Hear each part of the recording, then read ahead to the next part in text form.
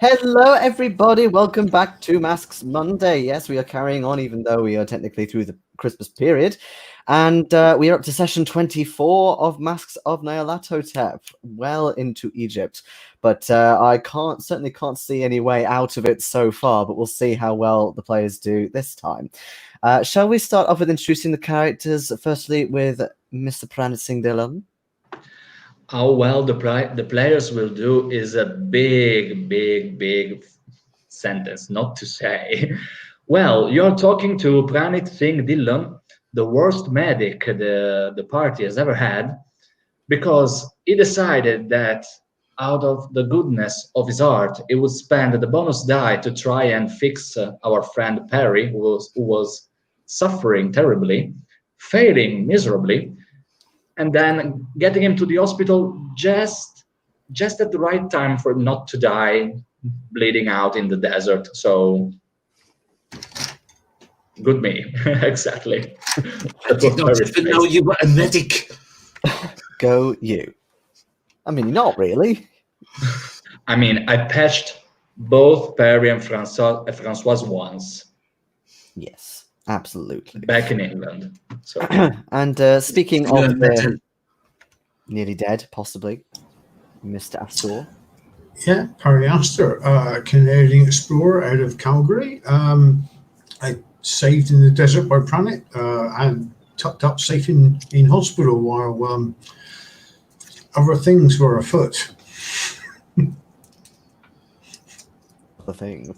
Speaking of other things, what about Mr. Greene?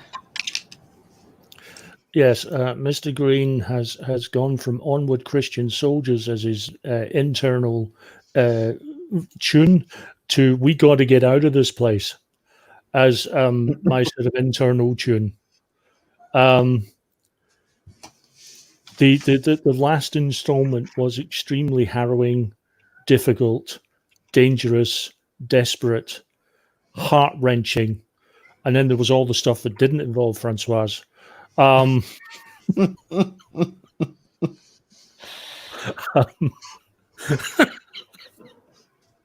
Yes. Get my licks in early because I know Françoise is just going to for the rest of the night. So I'm still alive. Just speaking of which, Miss Pelletier with a cat that she doesn't seem to hate.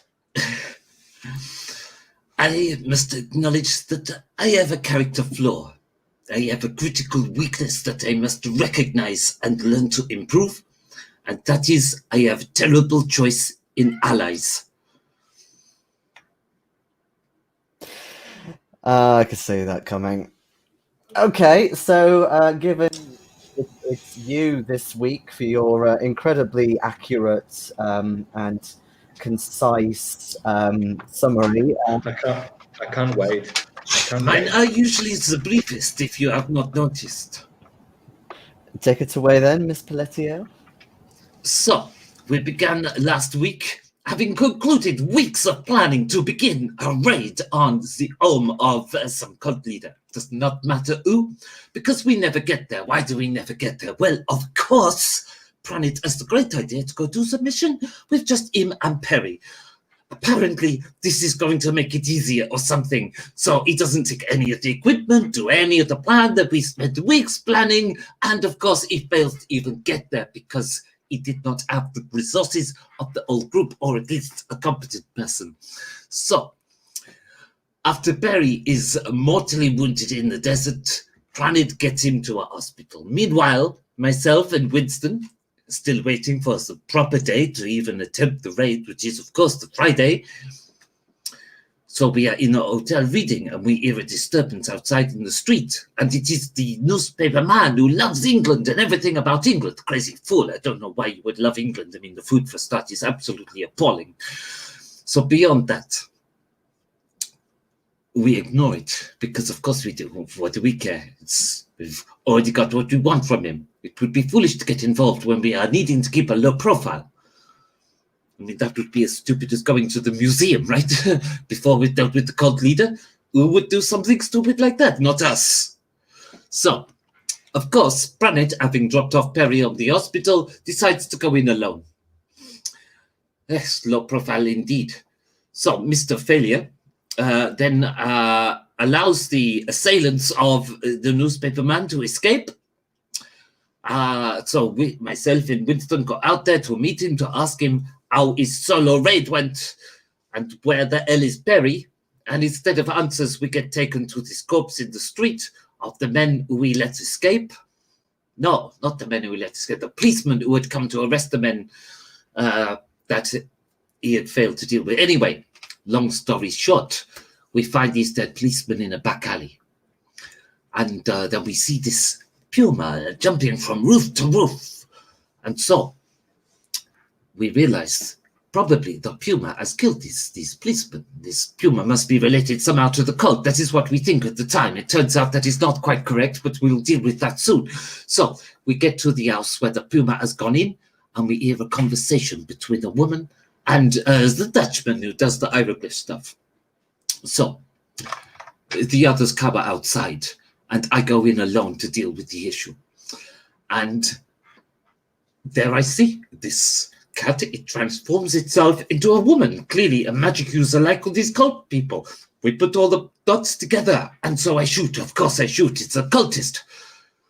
Well, turns out I was right, but not completely. She was of a different cult. So at that point, I don't know why, but then Pranit and Winston come in, and Winston tries to take control of proceedings, and instead of me dealing with the situation where I already had her on the back foot, and I was going to get all the information we needed from her, instead we got what Winston could get. So he is now supporting this other cult. I have no idea what their agenda is. None of us do. But Winston is already agreeing to pray to their gods. Buffoon. How that will end, I have no idea. But what we have learned in the hieroglyphs of this Dutchman that he was reading, these scrolls, there is a spell of protection. And so we will have that soon when we make him translate it for us, because we're making him work for us. Of course we are. Why would we not? So on top of that, we also learned that the sarcophagus that the cults need is in position in the tunnels under the pyramid. So actually, we'd probably better raid there rather than the house. And we'll just write up the house raid. Pranit screwed it up. We don't need to do that now. If our cover is blown, we would get detected. It would be pointless. So thank you very much, Pranit, for your repeated failures. And meanwhile, we shall delve under the pyramids instead and infiltrate one of the expeditions there or some such. We shall make our plans in the coming scene. That is my summary. A little bit biased, Yes. if I can say. And you still got to thank the fact that I'm a Sikh. So you would have, otherwise you would have your ass ended right back at you for what you just said about me. Given the fact Could you please that explain? I said your ass, what? Could you please explain any single moment from last week that of a scene you were in where you would deem the outcome having been saved by yourself? Because I can think of none. Again, I mean, if it wasn't for Pranit, Perry would very much be dead Yes, by but now. whose fault was it in the first place? So, not Perry, ours, Perry it's and I, yours. You decided not to Perry come with and I us. representing. When you heard noise down the street, what you did? Oh yes, you hid under the bed. Coward. No, we did not hide Yes, under the there was bed. an We carried on innocent bleeding. man in need of attendance, and what you did? Oh no, they're looking for me. I'm not going out on the road. We kept Listen, a low profile. listen, Yes. Perry and I, representing North America, have decided to be neutral in this argument and have gone out of our way to achieve minimum safe distance, and letting them get on with it. Yes. Well, before we What a get splendid isolation cowardice, I see. before we get Damn into right. the scene, I'm consistent with my character. Sorry, You Jason. lost a bit. It's all right. You lost a bit of sanity last time, aka yesterday in game, and basically I decided to kind of skip it to the Friday morning now. So I believe Françoise, you're now on 92.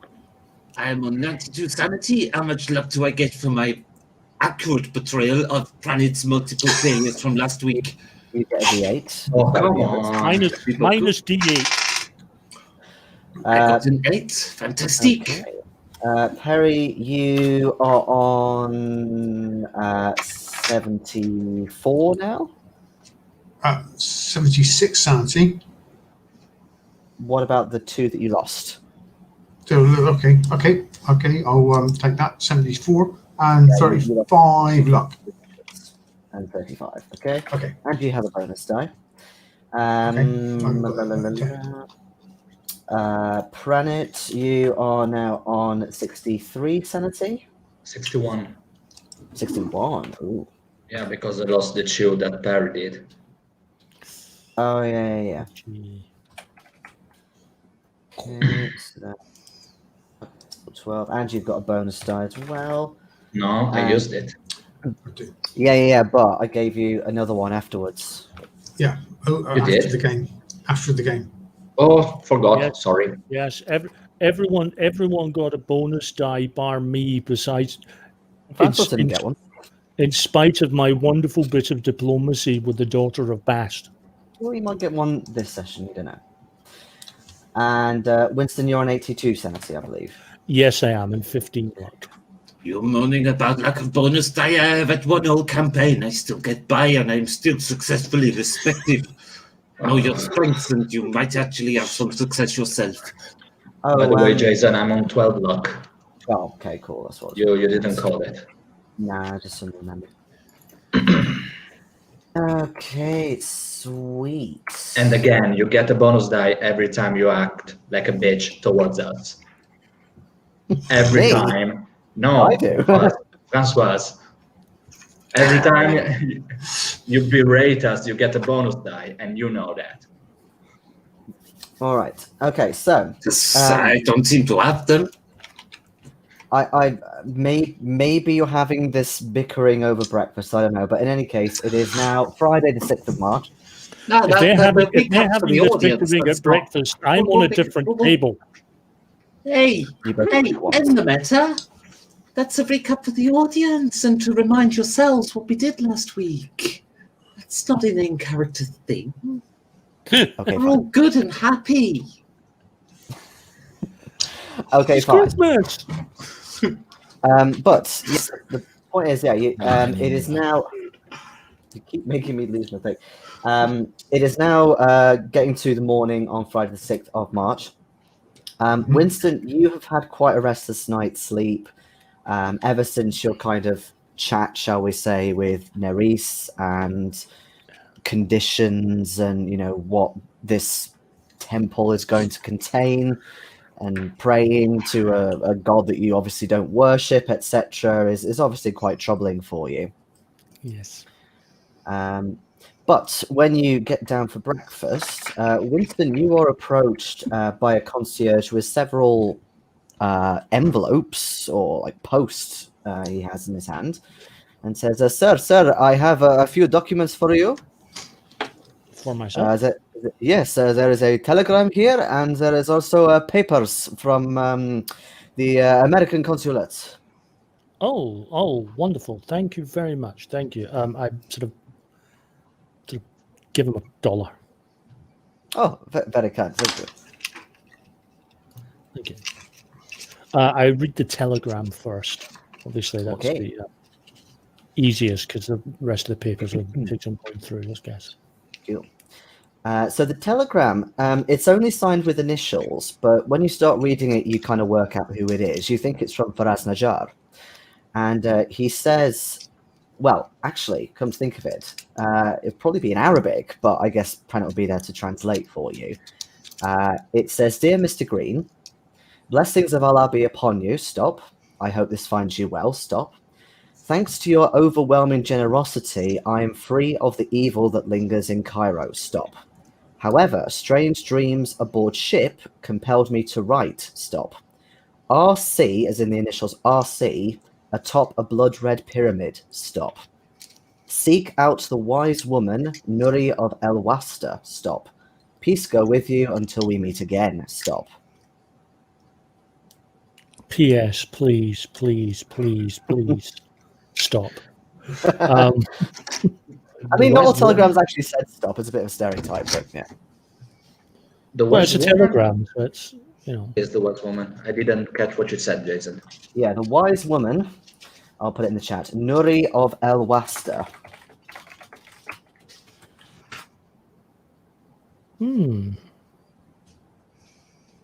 Is this El Wasta a place, or? You can make me a no roll if you want. Sounds like it. I think I will. That's education, isn't it? Yeah. Yep. I have succeeded. I mean, yeah, you assume it's a place. It says a person of a thing, so therefore a place. You assume it's a small region or village, possibly. Not in Cairo. It'll be a bit No. outside. Okay. Keep a mental note of that. Right. Start looking through the papers from the American consulate. I'm rather hoping that one of these is an official invite to the dig. It's not an invite per se, but it's basically papers that will allow you to get in. How many for a party of how many, or is it just for myself? Because I did mention I had. You did, didn't you?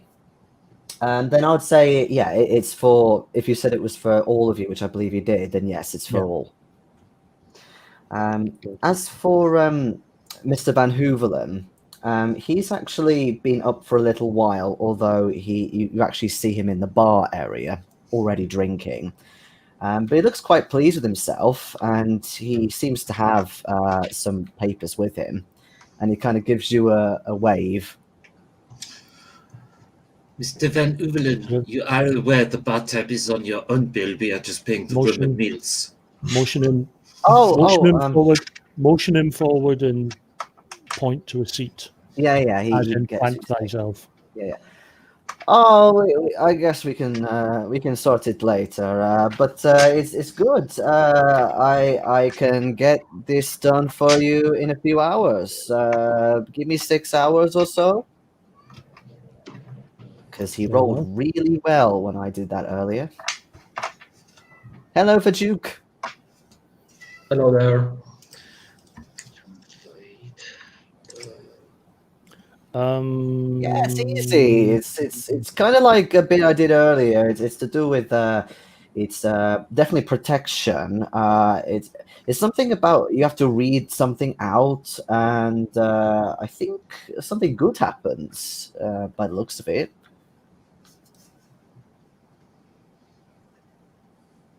But that's as far as I've got.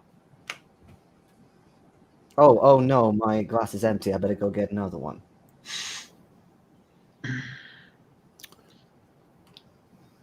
Given the fact that he told us that it will take him ages to translate the scrolls, now telling us that he will need just 6 hours seems odd.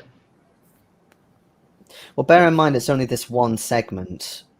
Segment, yeah. Yeah, it's just this one spell. Because when Winston went to pick up the scrolls, there was a single piece of paper, and basically it was just that was remaining. Everything else had kind of dissolved away on the page. Yeah. What I'd like to ask to Van Hoevelen is that other than the translation, he will also write us the phonetic pronunciation of what's written. Oh yeah, fine. Yeah, okay. Okay, I can do that. Because if it's something that must be written, must be read out loud, I don't think English will do. No, you're right. It could be that we would have to say it. We do. That's what it says.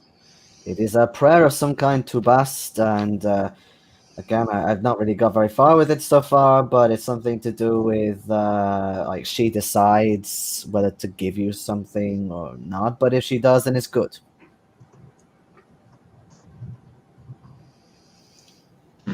As a player, not as Pranit, but we don't know where the Bast shrine is, right?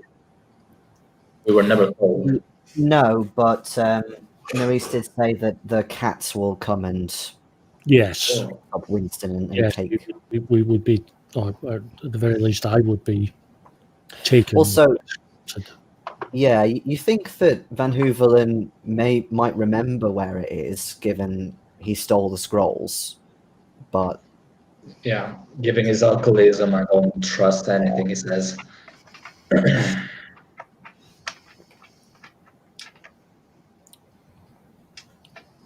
So get to it.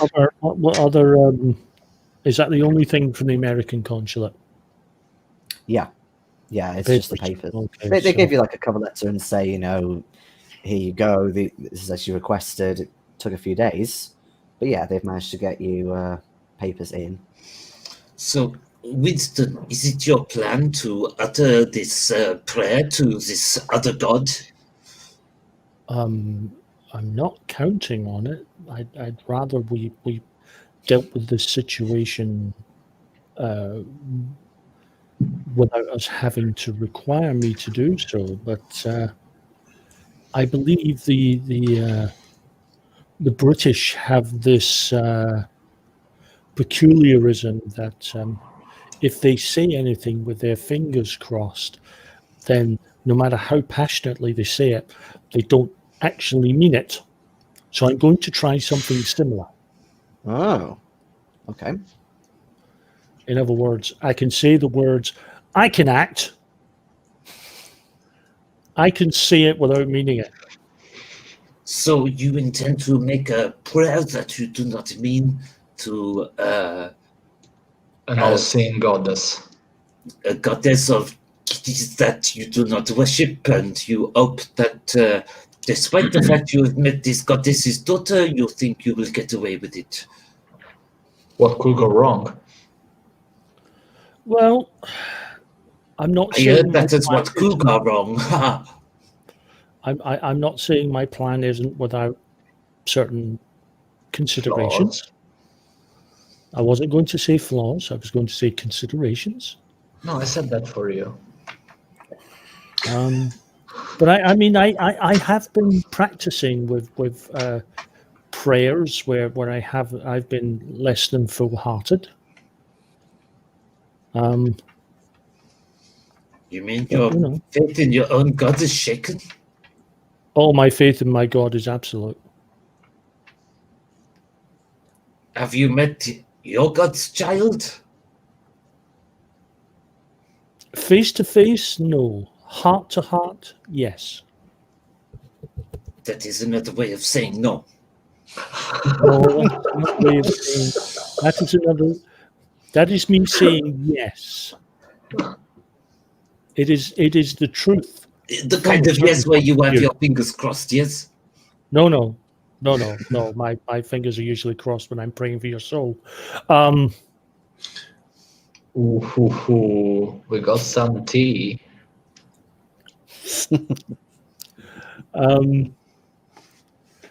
But we now have official visas to visit that dig site.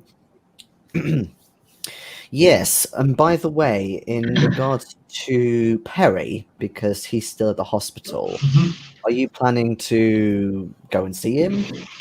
Because at the minute he is still there.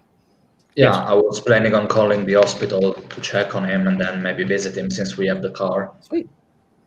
Yeah. I expect he'll turn up when he's able to. It depends how badly he was injured whilst executing Pranit's plan. How selfish can you be, Françoise? I will try and leave the hospital when I'm able. When you're able, okay. I mean, you can. You've got a few hit points, so you can.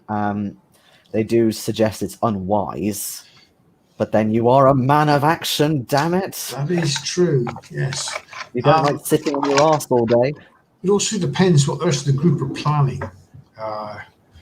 If they're going into sort of danger, I sort of feel it necessary to be there to help them however I can. With all three hit points. Yeah. I'll sit back in the distance and snipe with a rifle. You haven't got a sniper. I got a rifle. Yeah, but it's not a sniper rifle. It hasn't got a scope. No. But yeah, anyhow.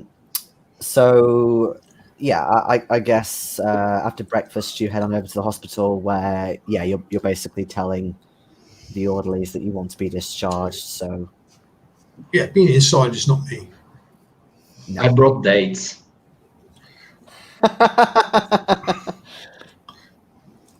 I feel much better if I I'm was outside. sorry, Perry.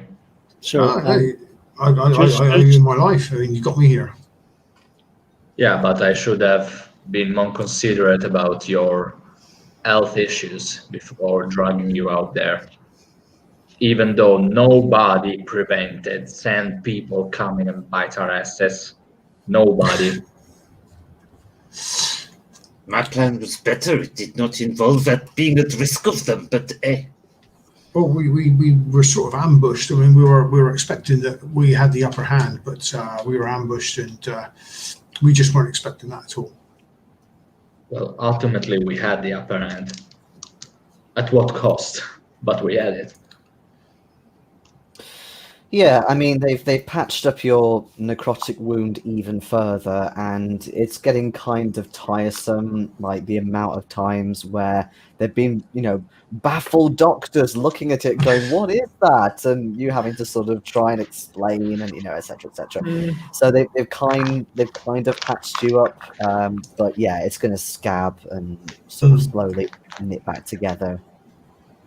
Or it might scar. It depends on how much the overall thing heals. Although mechanically speaking, you do have another chance to roll that tomorrow. Okay. But of course, after all, passing all the con rolls, you're going to fail this one, I imagine. Yeah, probably. I will be as a character. I will be keen on leaving as soon as jinx possible. him. We need him. Don't jinx him. Yeah, knock on wood.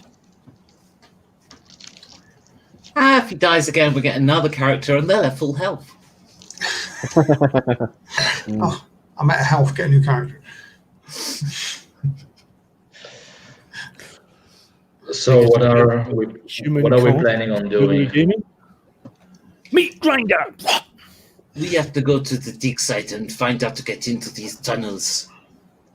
Do we want to go there first or visit this lady, this Nori of Elwasta first?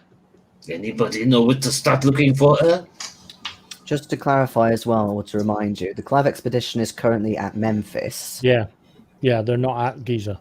Yeah, you can still go to Giza. Which pyramid by the was the sound tunnels under? They were under the Giza pyramid, they were correct? Giza, yeah. So why was they got to Memphis? If the group has come to the hospital and relayed all these sort of facts to me, is it worth investigating the consulate for this Yes. place, this Al-Wasi? Yeah, the Elwasta would. Yeah, I kind of trust the members of the consulate. If it's an area, they'll probably know about it. Or Yeah, even our guide. We have a guide. Yeah, You do have a guide. we can That's very ask him. true. Our But drug also- one. Yeah, but What's don't that know drug what. one word? Do we- Yeah, do- I think it's Drago Man, but I keep thinking it's Drogo Man. We don't entirely trust the guide, do we? Of course not. Okay. Trust anyone. I don't even trust you guys. That's how bad it's got. I think your art is in the right place. It is your competency I do not trust.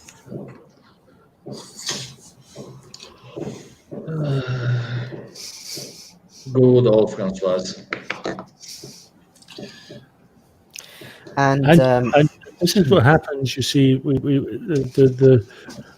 it's not the monsters that take us. It's not the cultists. It's the constant berating and belittling and destroying of our spirit in small but significant doses, week upon week.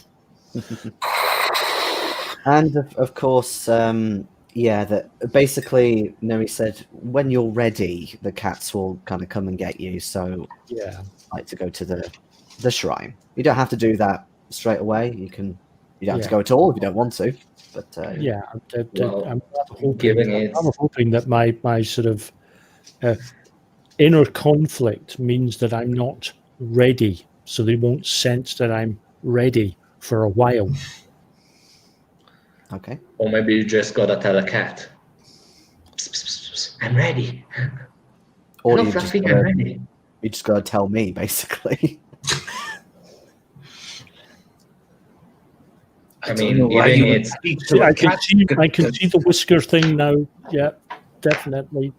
The notion that the cat is smart enough to even have a god is ludicrous.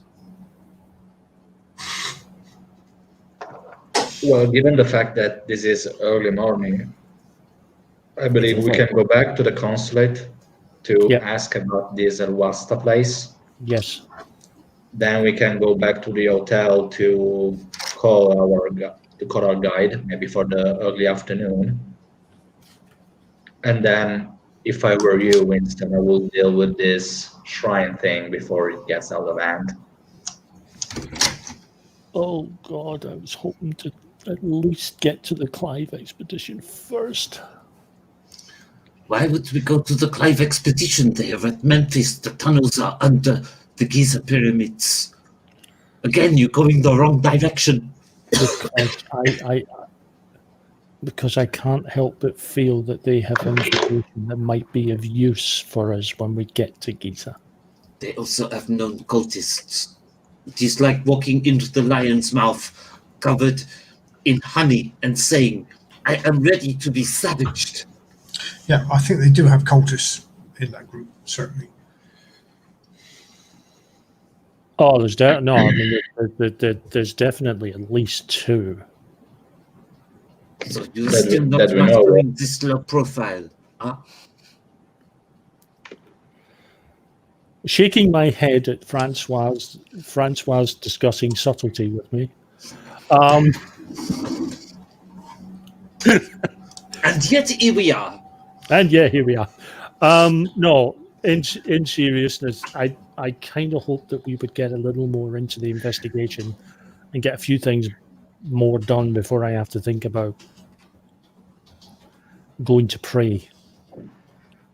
Because I'm kind of worried that I'm going to screw it up and I'm going to end up dying or... Well, if you do not even know the words, then it would be a terrible prayer. You have to have that at least first. You know, I'm worried about screwing it up and screwing this party over, so I'd rather we get a bit more done first.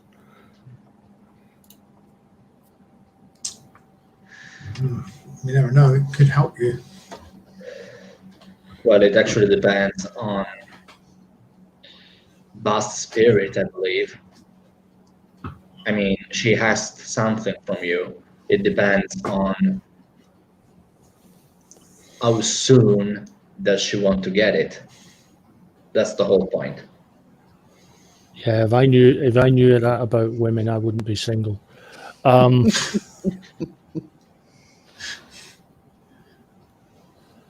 That's my meta point for the evening.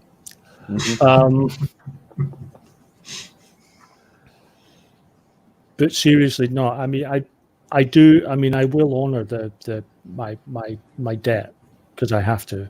My real worry is if I screw up, it's my death is almost on lock at this point. But I don't want to take you guys down with me. You're worried about getting a prayer wrong and thinking it will kill us. Yes.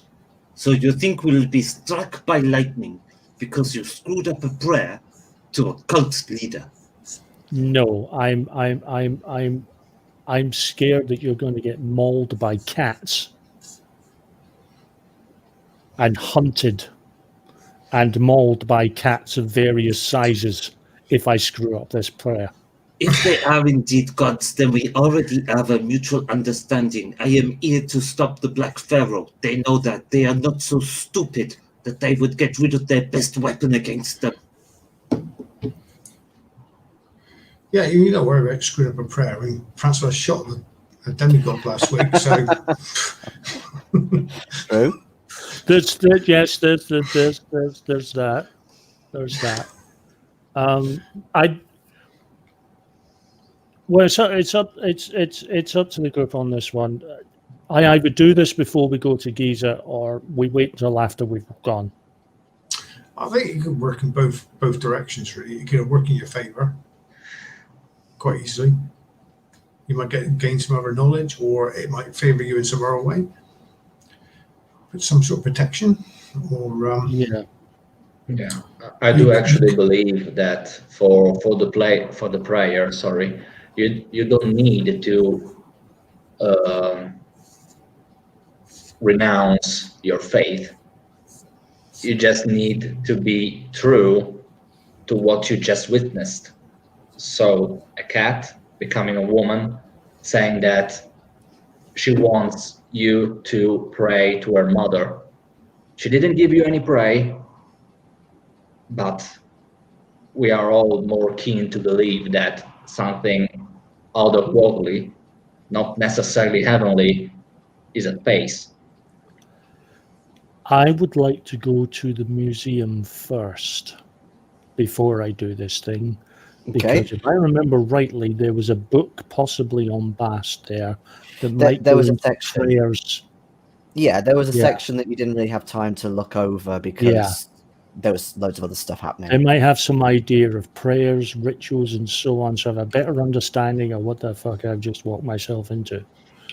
And so what you are saying is you want to go to the museum, but specifically that you remember certain books in the museum, which means you have already been, which means you have been lying to me for days. I was waiting for it. there's no Yes, way out. you can go there if you want. Yeah, consulate At this first. point, you are a liability, and I'm going to storm out of whatever room we're in. I believe we are in the car, so Yeah, the car back to the hotel or something, yeah. Stop the Consulate damn first car, I will and then walk museum. back. Okay. Did I leave the hospital then, or not? Would they let me go? Yeah. They said it was Okay. unwise, but they weren't going to stop you. I wonder they're if those quite- people were looking for us. Get me back to the hotel. I just need a few whiskies. I'll be back on my feet. Yeah. Okay, so concert first. Anybody else going with Winston? I'm going to rest up. I am walking. You're walking. I'm going with him. Okay. Okay. I mean, it's fairly brief. They Yeah, it will do- be. It's just a case of saying hi, and obviously I'm a face they know already, so I don't have to go through the introduction. Yeah. They kind of acknowledge again that they hope that the papers are okay for the Papers expedition. are absolutely fine. Thank you very much for your assistance in those. Something has come up. A vague reference to somewhere that I wouldn't even know where to look. A place called El Wasta. Oh yeah. It's a. I don't know why you want to go out there necessarily. It's a few hours of the Nile. It's a little. Well, village is a bit of an overstatement, frankly. It's just a load of tiny huts. If you are planning to go out there, have you got a guide yet? Because nobody out there speaks English or even French. We have a guide, yes. Okay. I We mean, have a there's guide. That would be perfect. there's nothing of archaeological importance out there. Is it on a map? Not really, but I can point vaguely to where it is. Yes, please. So yeah, it is. It's a few hours up the Nile on the other side. Little bit more greenery, but it is just like a bit of rural ground. Okay. That's not where we were last night, is it? No, it's a few hours not like a few kilometers. This is a while up the Nile. Oh, because we were like 90 minutes, weren't we? Yeah, It was 90 minutes away. yeah. You weren't that far away. Whereas this is kind of, It's not quite at the coast, but it's getting there.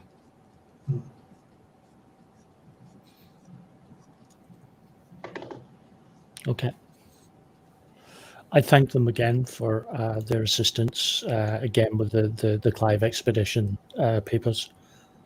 It's not And a obviously problem. their help with the map. As I said, it's not that we're particularly interested in going. It's just, it came up in a conversation, and I suppose it stuck in my head because the place sounded vaguely Mexican. Oh, the L. Yes. Yeah. Well, it's really not. Yes, as I Tequila's say, not there. I found it somewhat humorous when I heard the name. I couldn't resist. Right. Well, it's up to you. But like I said, a guide is probably fundamental. Thank you very much for your help once more. Thank you. And I head out. Okay. You see, by the way, when you come out, that the windows are still fairly smashed up in Nigel's Cairo Bulletin, but it looks like there are a couple of people now kind of working on getting them fixed. Okay. We'll make a point that when we go up to El Wasta, we have that telegram with us. Yeah, sure. Because that way we've got, by way of an introduction to her. You see, we were, Yeah, I mean, that's a point. Given the fact that the telegram is written in Arabic, she may be able even to read it. Yeah.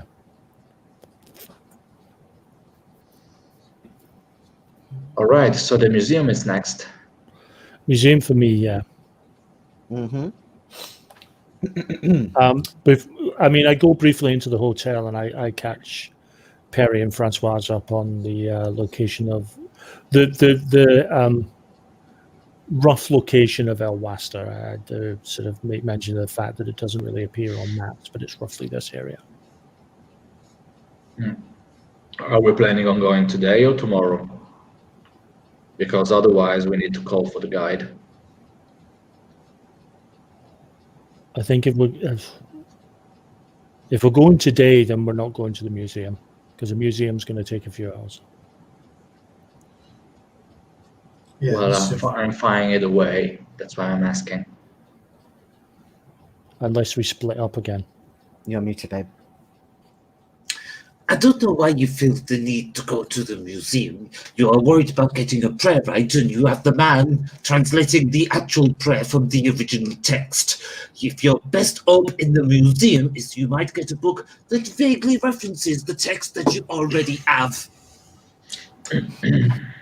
Yes. I'm going to the museum. At this point, you may as well put a gun to the back of our heads and squeeze the trigger. You have fucked up so many times so badly. I mean, Our profile now may as well be stood over the top of Cairo going, "We are here with a giant white flag." I mean, just as a thought, given the travel is a few hours, if you don't want to, if you're not worried about getting car sick, you could read the books on the way up there. That's true. That is true. I could loan them out. I keep forgetting you can use it like a library. Well, you've seen Mr. Gardner do that, so you think it's all right. I'll be back presently. All right, I'm calling. Well, I'm going to the hotel hall to call for our guide.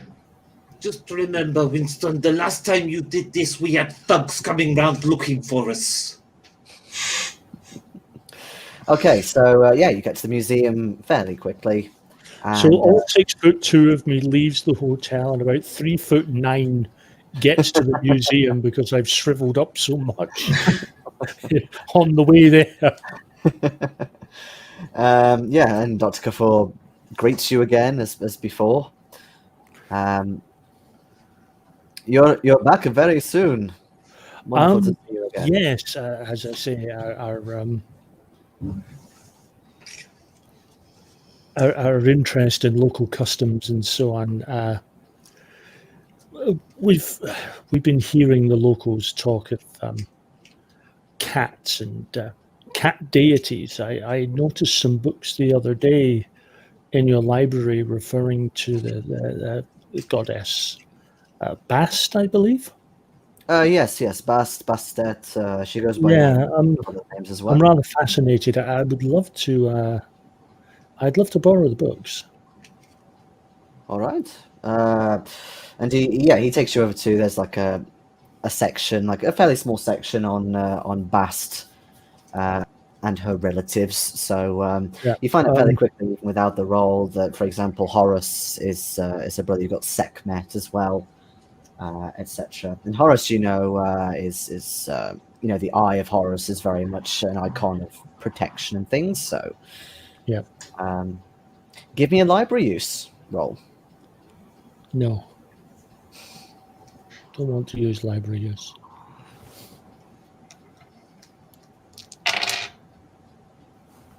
But I will this time because it worked. And Funny that how dice work. I'm going to spend 3 points of luck to make it a hard pass. Okay. Very good. Yeah. So you find a nice little collection. I haven't got names for you at the minute, although it's not particularly important. But yeah, you think you could definitely glean maybe a few prayers, or if you can't get the actual prayers themselves, at least know what sort of stuff to say to her and things. Okay. Yeah. If it's Bast or Bast related, it is coming with me. Okay. I don't care if it's a Bast library. Yes. Well. Yeah. So you get a few books. I didn't know if there's anything else you wanted to do whilst you were here. Nope. Just want the books. Okay. Something to read on the way to El-Wasta. Having said that, Dr. Kafur, he does sort of remark to you as you're going out. By the way, if you do intend to go up to the Clive expedition, do give Mr. Gardner my regards. It is a pity he only comes in here once in a blue moon, shall we say. Oh, I certainly will. Particular time of the month that he comes in, or? Oh, no. It's a figure of speech. It's very, very occasional. He seems to spend all his time out there in the dig site. Yes. Making great strides out there, I'm sure. Thank you very much. I head out. See you soon, hopefully. Head back to the hotel. With a small pile of books.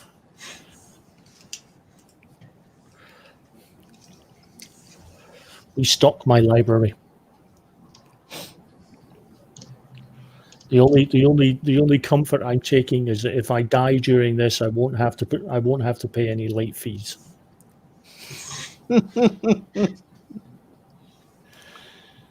Okay. That's the positive attitude I'm going in on. Of course, if you die, it'll probably have been your fault. Well, yeah.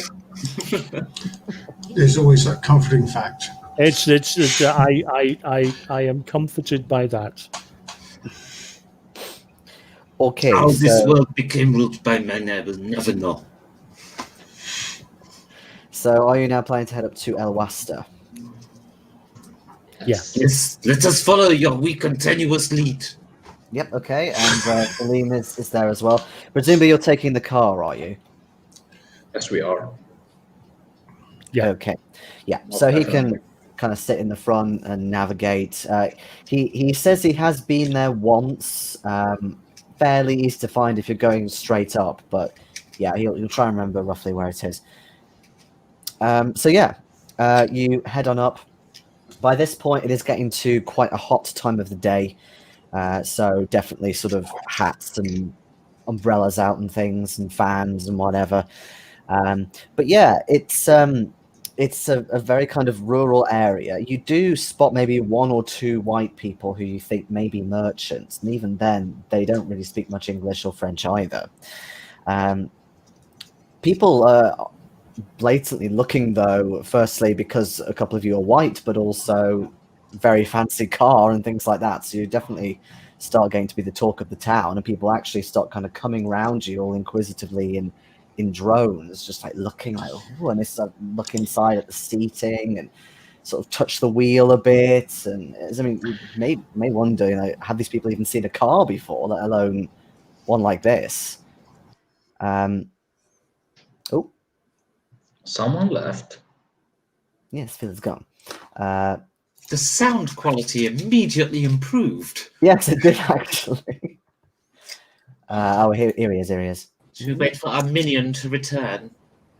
Oh, there he is. Welcome back, minion. Yes, so yeah, presently there's quite a lot of people around. Celine looks at you as if, like, you know, what do you want me to do? I mean, no one's like being hostile at all. They're just kind of crowding the car a bit. We do need to make progress, but I would like to do so without loss of life or limb. Oh, it is. Nobody will harm you. It's lots, especially them. They have not seen a car. It's very fascinating to them. Let me. Then he starts kind of. Come on. Let's go away. Da, da, da, da. And then he starts actually. You think maybe asking about Nuri, this Nuri person, and you know if they're here and things. To which you notice that a few people kind of look like and sort of put their hand up, or they kind of single themselves out. All women, but even so, you think maybe there are a few people here called Nuri. We have a Spartacus situation. So, how did you get this telegram anyway? Who was it from? It was from Faraz Najjar, Faraz Najjar. Which one's he? the guy with the burnt face. He was the guy that had the shop that burnt down. Yeah, we rescued him.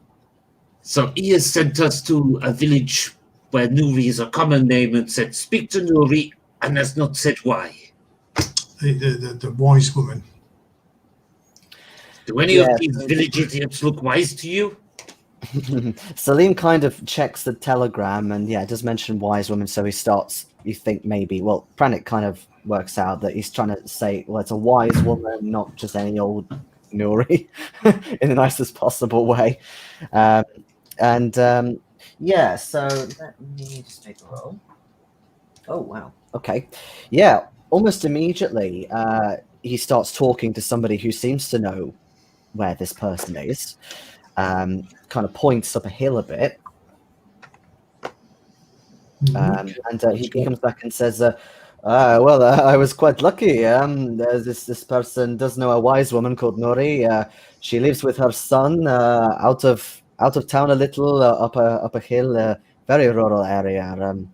It's quite barren. A little bit of a walk. Is that okay? Yes. Yeah, it's fine. Yeah, general stroll will be fine. A general stroll. Okay. So you're kind of led through the town by this person and Salim, etc. And you head on up a hill, which, even though it's a fairly gentle slope in the heat, it's still quite a strenuous task. But basically, he then starts asking about Nuri up here and wise woman and so on. And eventually, this youngish man makes himself known, who introduced himself as Ubaid. However, before he even opens his mouth, you see immediately that basically part of his face has been gouged away. It's been like that for a while. It's not fresh, but it's still like, whoa! It's a bit of a shock to you. And actually, come to think of it, let me see. Probably Perry and Françoise. Yeah, both of you. You think you kind of can't resist staring a bit. You think, or maybe start speculating, if maybe this person was attacked by somebody or something unnatural. maybe even like the creature who attacked everyone at Miss Carlyle's place. Given Oh, kind of what, the big the dragony size of type the of... bite. Yeah, the size of the bite and things like that. Winston naturally will not know any of this because he was safely in the billiard room. No, the billiard room was safe because of Winston. But yeah, your brain starts kind of making a bit of a pattern and things. Also, you see that like a lot of his right arm is missing as well. It's just kind of hanging out a bit of some rags. But yeah, he kind of helps you to like a little hut of sorts where you presume Nuri is. He explains in Arabic that Nuri is his mother, and also he has been like this for a long time. But before then, he was sort of a digger and things. Ah, I mean, is there anything that you ask him particularly, or? don't know. I think I might ask his mother about it, perhaps. Might be a bit traumatic for him to relive it, Might perhaps. be a bit sensitive about the old tear in the face. Yeah. Okay. I want to ask him badly though. So badly. Okay. Well, he kind of he shouts something inside this very kind of decrepit looking hut. Opens this flimsy wooden door, and you see somebody kind of half in darkness, and she slowly reveals her face. Presumably, this is her. She looks extremely old, like very, very sort of wrinkled, which is odd given the son's age. But also, kind of like him, she has had very bad wounds inflicted upon her, but this is more to her jaw. So, or rather, lack of her jaw. She basically her entire jaw is missing. Oh my god. I hope we did not come here for a conversation. Yeah, she doesn't say anything for obvious reasons, you think, but as soon as you come in, her eyes light up as if she's been expecting you. And the young man kind of says, "Yes, this is my mother. We have both been punished badly, but I think mother wants to give you something." Punished by the cult, by one of the creatures that flies through the air and causes chaos and carnage and death. Yes, Hmm. yes. I worked out digging for Carlisle. You know the Carlisle? Yes. I fear that this was punishment. We No. It was Carlyle's crude evilness. No one deserves the fate that you have had. so you start hearing some gurgling noises come from Nuri, and she starts kind of fumbling around, and you think she's kind of looking for something, and you hear kind of a bit of kind of noise from stuff she's sort of shuffling through, but then you kind of see she hasn't got any hands either. She's got these sort of stumps, and she's kind of gesturing, pointing at this basket that's kind of half on the floor. And her son kind of goes to get it. You hear him kind of say something in Arabic, which basically you think, Pranit, means, well, are you sure? Are you sure they can do something with it? But she's nodding her head furiously. And he fishes out of this basket this kind of really old-looking stone fragment of something, a handout, Ooh. which looks like this.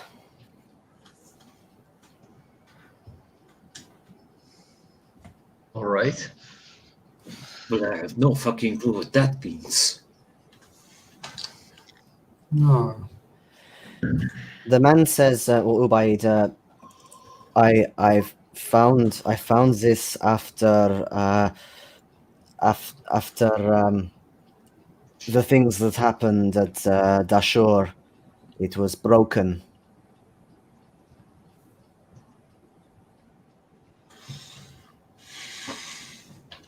Interesting. Do you know what it is? It is Where would it come from? protection. At least. Protection. From the Red Pyramid. Where is the Red Pyramid? It is the one at Giza, is it not? No, No. not Dashur. Dashur. Is that And where it's you were? Dashur. Is that where you were digging when you were attacked? Yes. I tried to flee. Carlisle was up the top. This broke off. Everyone then disappeared into another pyramid, the bent pyramid. I tried to run away, and these things came and attacked. So You I took, faced multiple of them. yes. Oof. That must have been a terrible sight. I have only faced a single one, and that was scary enough. I'm going home to San Francisco.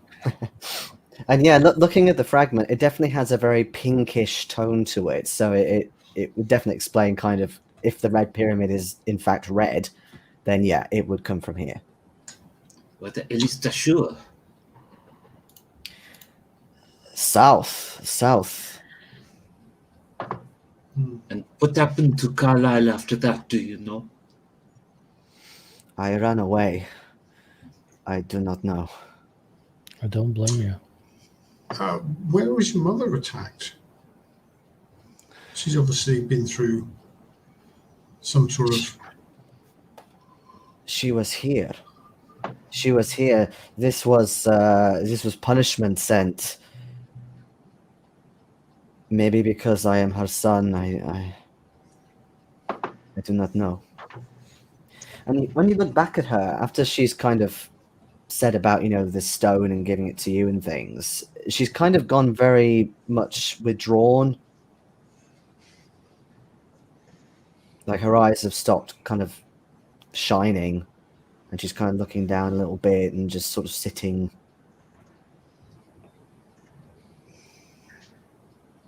Do we have any piece of paper with us? I mean, you've got the books, but yeah, I'll say there's some spare paper. Probably a notebook or an envelope or something. Yeah. Yeah, take a rubbing. Yeah. I want to Why would you take end the it. rubbing? Just take the damn stone. I'd like to hand the paper and the pencil or a pen to Nori to see if she wants to write something to speak for herself. She hasn't got any hands. Ah, she doesn't have it, right? No. I'm not doing You it. sadistic bastard.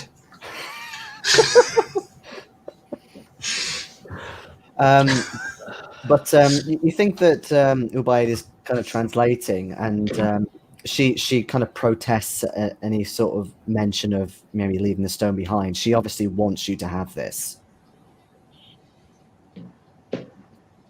And you say this broke off the top of the pyramid. Yes. I That we might have to put this back. But Yeah. they disappeared inside a different pyramid, inside the bent pyramid, not the red pyramid. Yes. But possibly because it broke and they couldn't get protection within the Red Pyramid anymore. But this has another half, and I do not know where that is. It It's cannot just, be put back together either. It will not go back together. It's not. Is the other half, do you think, still on the pyramid? Or did that come off as well? No. No, it was broken off. Carlyle, he broke the whole thing off. He's broken like a seal then, do you think? Yes. Yes. We need to put this back on top of the red pyramid in Dashur, but we need to find the other half too. It will not work. It will not work, but you need to find whoever has the other half. They will know perhaps what happened to Carlyle.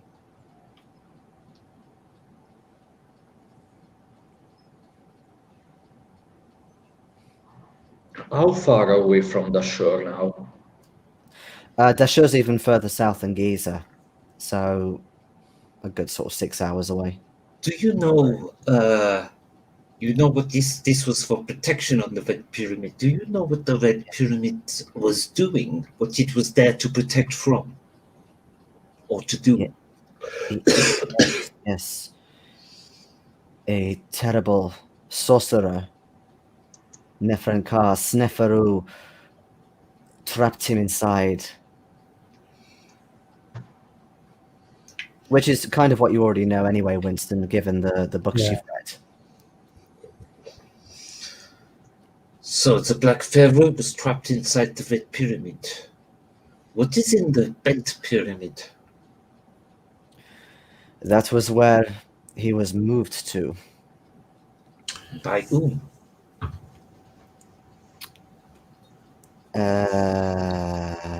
This is where I get slightly mixed up, but I believe that was back.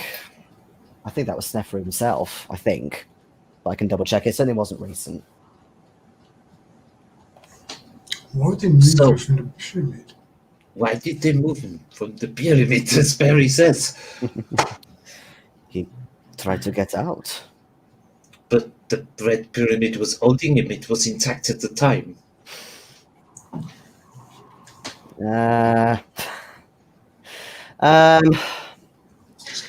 I'll need to double check this because I can't quite remember why he was moved. So, Carlyle was on top of the red pyramid. He broke the protection of the red pyramid. But the Black Pharaoh had already been moved from the red pyramid to the bent pyramid. Is that correct? Yes. And then everyone of his expedition went inside the bent pyramid in order to further continue their works. Maybe Nefrenkar's soul was still attached to the place. So they Possibly. needed to get rid of the protection for it to be complete somehow. I know I can find him. Give me a second. Kafur. Perhaps Pranit's onto something there. Perhaps they moved the body, but the soul was still trapped inside the pyramid. No. I mean, it's a sorcerer we're talking about.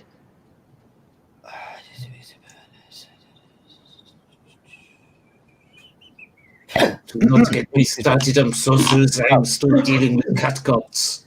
Okay. This makes sense. So, as already relayed to you as well, Winston and Perry.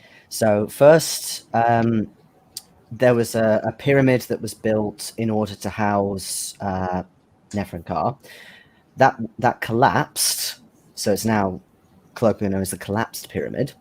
So he was moved to the bent pyramid. The red pyramid is like a guard on the bent pyramid. So three. Okay. Right. Not bad. So, So pyramids keep track of. It's just So much info. so the guard has been defeated, as it were. Yes.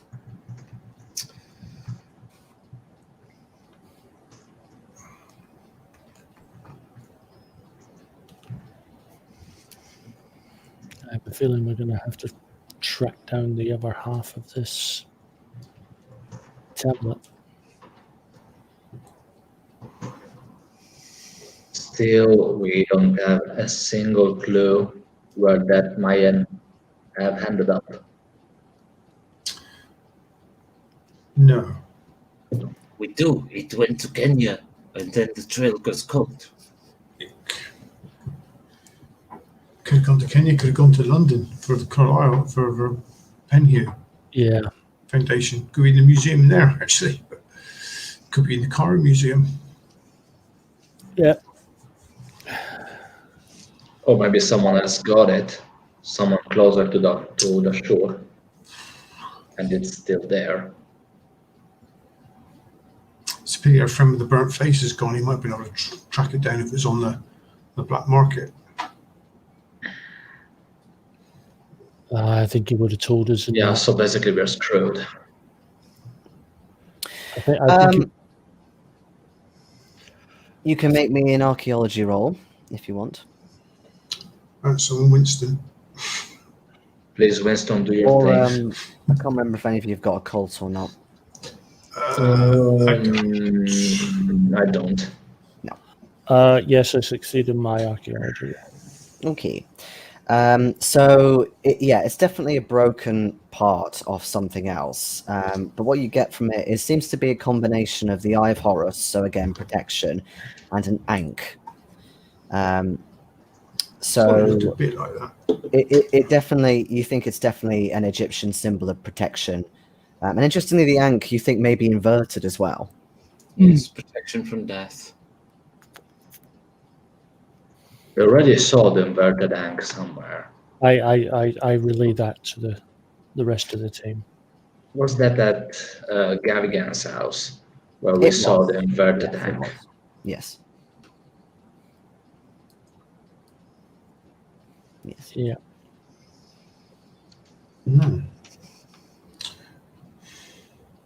Should we be getting a few of these things ourselves before we go any further? What do you mean? Some protection from the skull. Oh, I see. Let's get some inverted ankhs. But that is easy. We just get rid of Winston. Wow. I know I'm a bunch of pent-up angst at the moment, but that's really. I put that in the docs for you.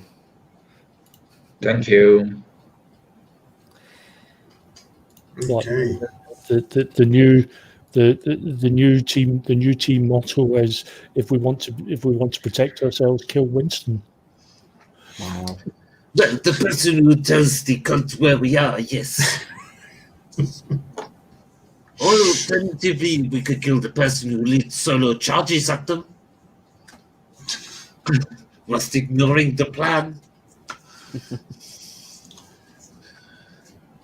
So neither of these two have got any idea what could possibly happen to the second half of this seal. No. No. I mean, it was broken off, and they certainly didn't pick it up, which Could still be there. it could still be there, or it was picked up by somebody else. No, Could one still of the cultists would have it.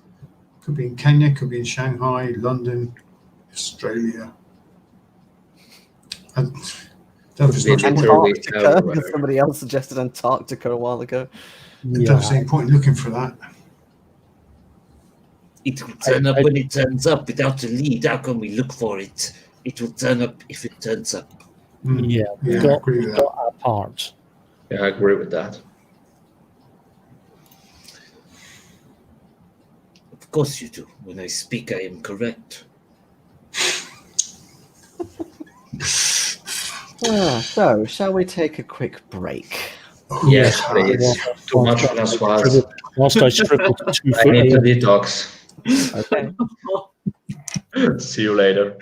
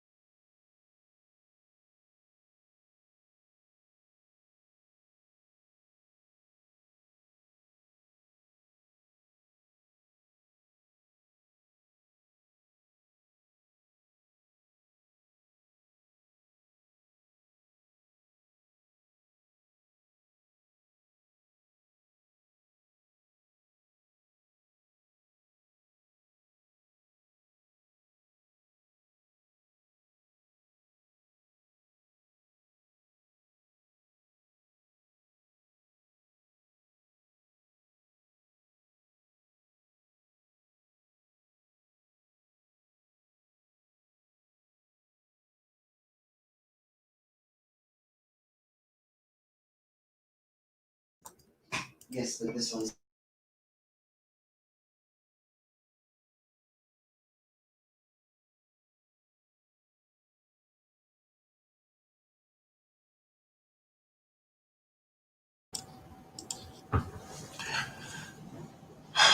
Hi, Becky.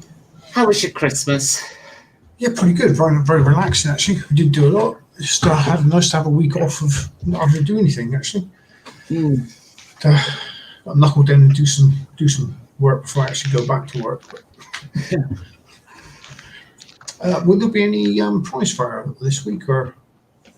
I don't know. I've decided. Hello, everyone. I haven't really been doing much, to be honest. I did a load of housework yesterday, cleared out cupboards that hadn't been tackled in a long time. Yeah, we've got a couple of those. Yeah. So I did the one under the stairs. That's now a brewery and shoe cupboard, as it's meant to be. That's going to be our big one. We kind of got this little boiler cupboard thing that needed to store. We got our doomsday provisions in for Brexit, which involved quite a lot of cat sand, it seems. So I had to clear that cupboard out as well, which thankfully was less work. Well, yeah, we just got a lot of tin food in just because we're worried about panic buying, and also we know that we're expecting shortages, and it will take a while to adjust and adapt and stuff. And because we've already fucked by 48% of the voters. So sorry, 52% of the voters. We've been buying the odd can here and there, just to stock that. Our kitchen cupboards basically on top is just cans. But they'll keep. Yeah. Oh, they will. Yeah, definitely. Hello, Michael B. Hey, Michael. Hello. That's So good of him to join us live. He normally does it kind of catching up the week after, so that's good. I see. But he does message me like if there hasn't been one. He's like, "Oh, what's happening? What's going on?" I'm like, "No, it's fine. We didn't have one." So yeah, awesome. And I was talking to Stephen. Yes. Oh yeah, how's he doing? He's not bad. He's not bad. He has been catching up. He's about 4 episodes behind. Ooh. But he is catching up, so I didn't want to spoil anything. But he has been watching, so he is slowly catching up with us again. I think certainly Is he coming back to Prize Fighter?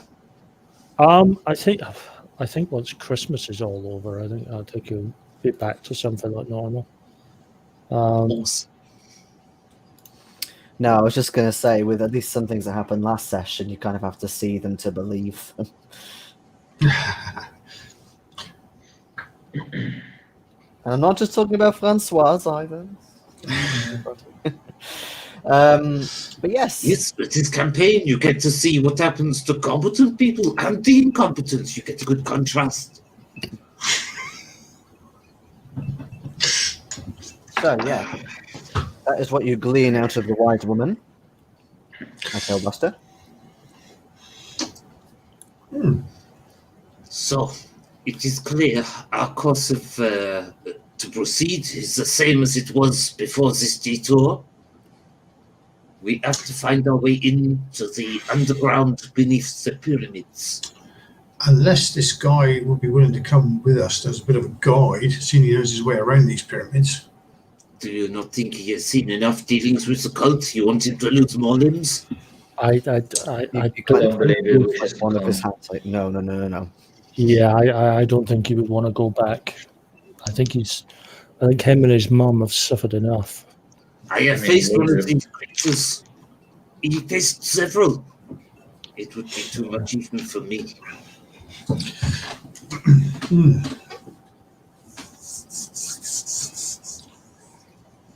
Yeah. At least now we know what we are heading into.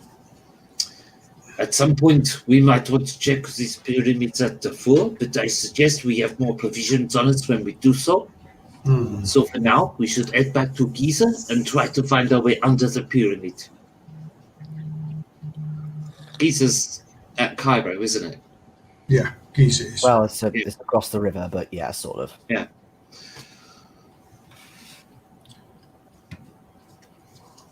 Even if we do not yet venture inside, if we feel we need more information, that is fine, but we need to know how to get there. It is information gathering at this stage. Yes.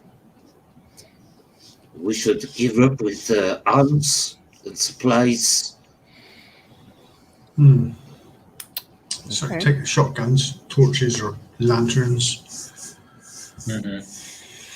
Most definitely. Yeah. Rope. Rope. There's We just also some need- cliches. Some cliches have to go. If you're going into an underground series of catacombs, you need rope.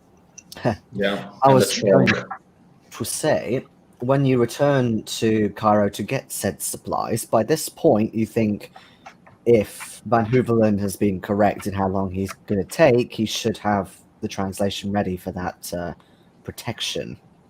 Yes.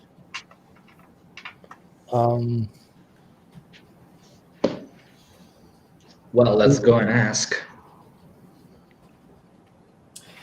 He's sleeping in his room. Not when we arrive. Not anymore. Yeah. Hi. Hello. Oh, you look a little. And he points at Françoise and Perry. You look a little sunburnt. Maybe. We're all sunburned. It's very hot out there. Yes. Yes, it is. But it's all. I think it's all done. Yeah, I think. And he kind of staggers up and gets out some papers. And yes, he has done them. And if I can find the actual section, where are we? Take to think how Van Hoevelen would react if he saw Françoise's hands. Here we go. You want to see sunburn? Okay. So you will need to learn the spell, which requires a roll, and also casting it for the first time requires a roll. You don't have to do it now, obviously, but basically, for what it's got, the spell is called the Blessing of Bast. He says that it was apparently a very rare spell. He's never heard of it before. It may have been lost to time and so on. But you definitely get the impression that it heals, either with mechanical terms, either hit points or sanity points, or possibly even a bit of both. But what you need to do is you need to speak a prayer to Bast, which is all outlined in this spell, in order to convince Bast that you are worthy to receive such a thing from her. You get the impression that if you say the wrong thing, then shit might go wrong for you. Right. So it's very important that he has written this phonetically. Yeah, As it's well. We just trust that he's good at what he does, right? Hey, I may look dumb, but I'm not stupid. Okay. Yes.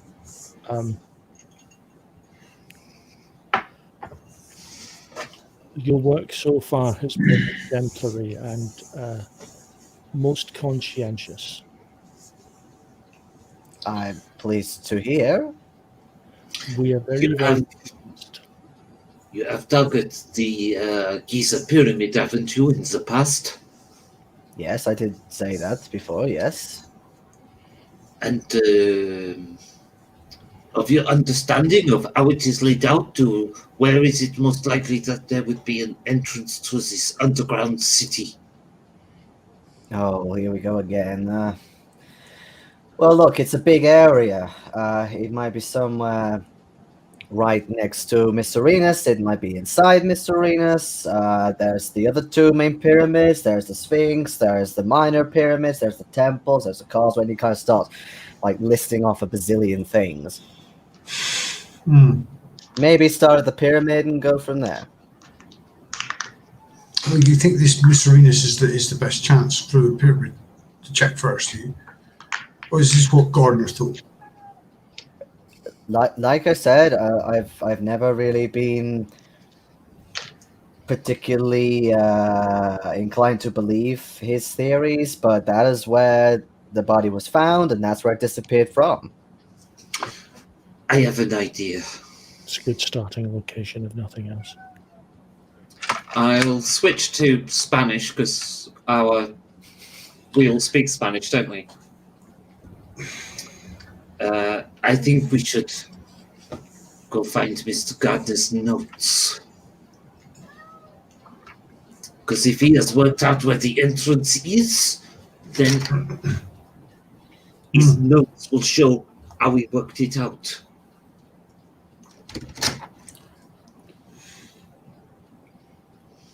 So he is currently digging in, what's it, Memphis or something. Memphis, yeah. So perhaps that is our next port of call. What do you think? Those of you who are capable of it. Memphis, is that further south than these other pyramids we've got to go to, or is that not as far south? It is, if I remember rightly, but I'll double check. It's south of Giza, but it's not quite south as Dashur. Let me double check.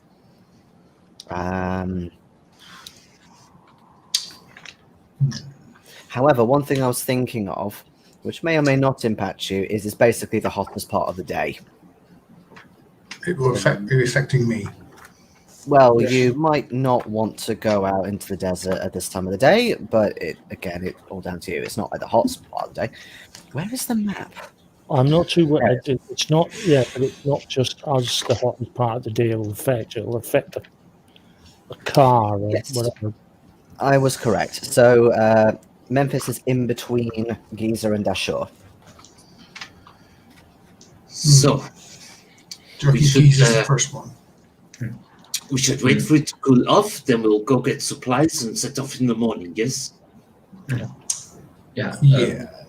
Generally, as a player, because I want to make sure that I got everything, you were suggesting Becky to go to Memphis first and then back to Giza. Yeah, I'm suggesting we go to Memphis, try and find this guy's notes. Yeah. Like, rob them, basically. Goodness. We might want to check out Dashur at the Dashur. same time. Dashur at the same time, depending on how much further it is. But the priority is, at the moment, is to find our way into this tunnel network under Giza. Yes. How many days until the full moon now? Because that's our deadline. Yeah, it That's is. the new moon. You keep New thinking moon. it's the full New moon, moon. it's the new moon. Yeah, because I'm dumb. No, it's because of common law, werewolves, it's always the full moon, isn't it? So it's Friday the 6th today. 24th is the new moon. So you've got over 2 weeks. You've got plenty Over 2 of time. weeks. Yeah, this we were saying last week. We've got time in that Yeah. response. You've got time. Yeah, I thought we were much closer to it. Did Winston go through that book we picked up from Gardner in the museum? Yes, and I did put Yes, some I notes do. upon the doc. I've got some here. Got some It's notes not here. loads, but it's some, which might help a bit. Yeah, Mycerinus is the smallest of the three pyramids, was home to King Menkaure of the 4th dynasty. Adjacent to these are three smaller pyramids, presumably to house various queens. No mention of Nitocris or anything remotely similar. Unlike the first and second pyramids, where the chambers are found up inside the center, the chambers in Mycerinus run downwards to just underneath the stone.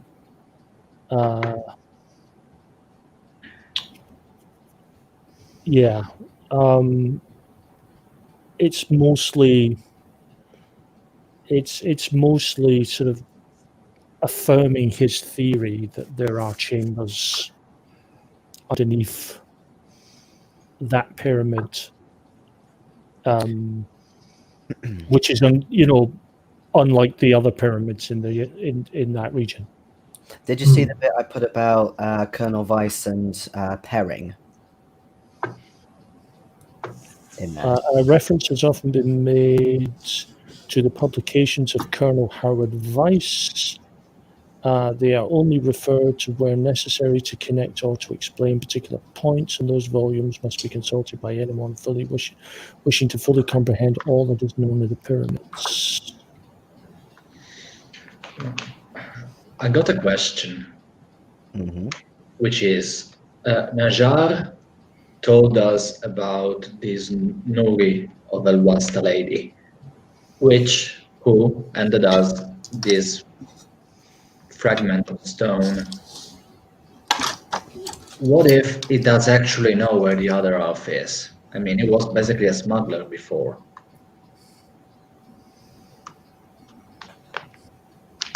What are the chances, according to you? I mean, he might know, but we're never going to get him now because he's on a fucking boat. I mean, we could send a telegram to the ship in the hope that he gets it and then gets, sending the telegram back, but that's going to take time. And again, as we have said, we're on a clock now. They already, I mean, last time we were worried about getting things done before they realized we were here. They know we're here now. All right. We're already, we've got our backs against the wall now, time-wise. Yes, we've got 2 weeks before any shit comes down, but they know we're here. They're already looking for us.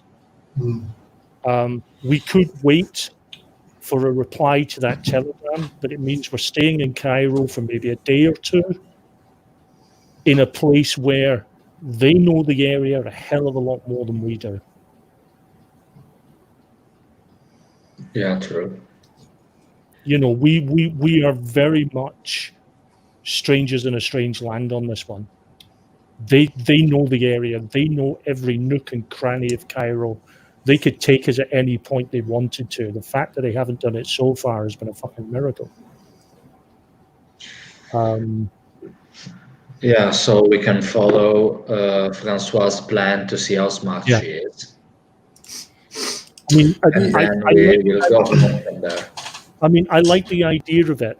And if we had the time to wait for the reply, I think it's a sound idea to see whether he knew where the other piece was. I mean, if he's going to reply to the hotel, we are bound to get back there sometime. I mean, we could send it. We send it and then we wait for the reply and we read it wherever we will. I don't think we should wait for the reply before we make a move. No. We follow François' plan, but before that, we send the telegram. Once we're back, if we got a reply, good. If we don't, we wait some more while doing other stuff. It's a brand new pen. It's not even working. That's just a brand new pen. You realise as you're talking, by the way, that it's gone very quiet outside. You think that maybe the Juma prayers have started at this point. They're the ones that go into the evening.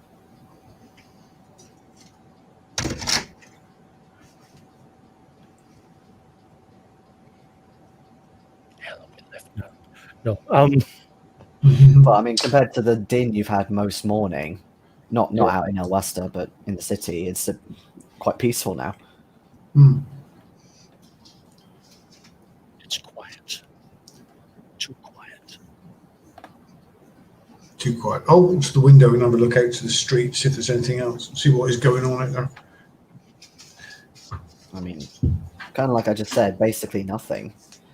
You do hear a small, like a dull sound of, you think, chanting coming from a nearby mosque. There's no, 300 cats outside the hotel waiting for Winston. No, there isn't. Although you do notice there's 1 or 2 cats that are sort of lingering a little bit. Oh, God, they're just not going to go away. I say if it's not on, if they're not on the side of these cultists, it could be to your advantage to get it done. But I think François is right. We should probably try and tackle Gardner, because we could spend 2 weeks looking for the entrance ourselves and still not find it. Yeah, I think I agree. He's got to have notes. If he's got a theory, he's got notes. Yeah, true. No one like that worth their salt is going to have a theory and not have it written down somewhere, even if they haven't shown it to the general public or their other members of the expedition. They'll have it in a diary somewhere. They'll just. Did you say you were going to do that tomorrow morning? Hmm. Tomorrow morning. Yeah, I guess we're getting some supplies this evening. Okay. There is also a spell if you want to learn it. You've got some time to do that if you want. Supply up. I want to read up some of these books on Bast. Winston, your mission for tonight is to learn this prayer that you must offer Bast. I will take the prayer.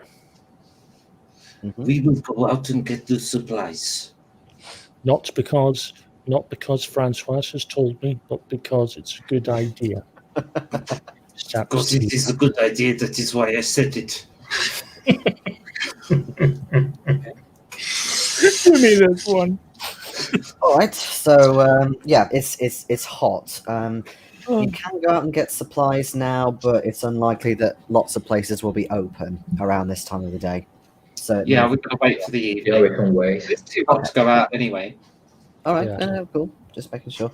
Yeah, I mean, we can make a list of what we want. Yeah, I'm going to try and memorize. Memorize. Make it. I mean, I know. There's no direct translation between languages. I'm trying to get an idea of when I'm saying it phonetically. Mhm. That I'm learning it well enough and sort of comparing it with the English translation, so I kind of have an idea of what I'm saying. Mhm. At least I can hit the right notes, so to speak, put the emphasis on the right syllables.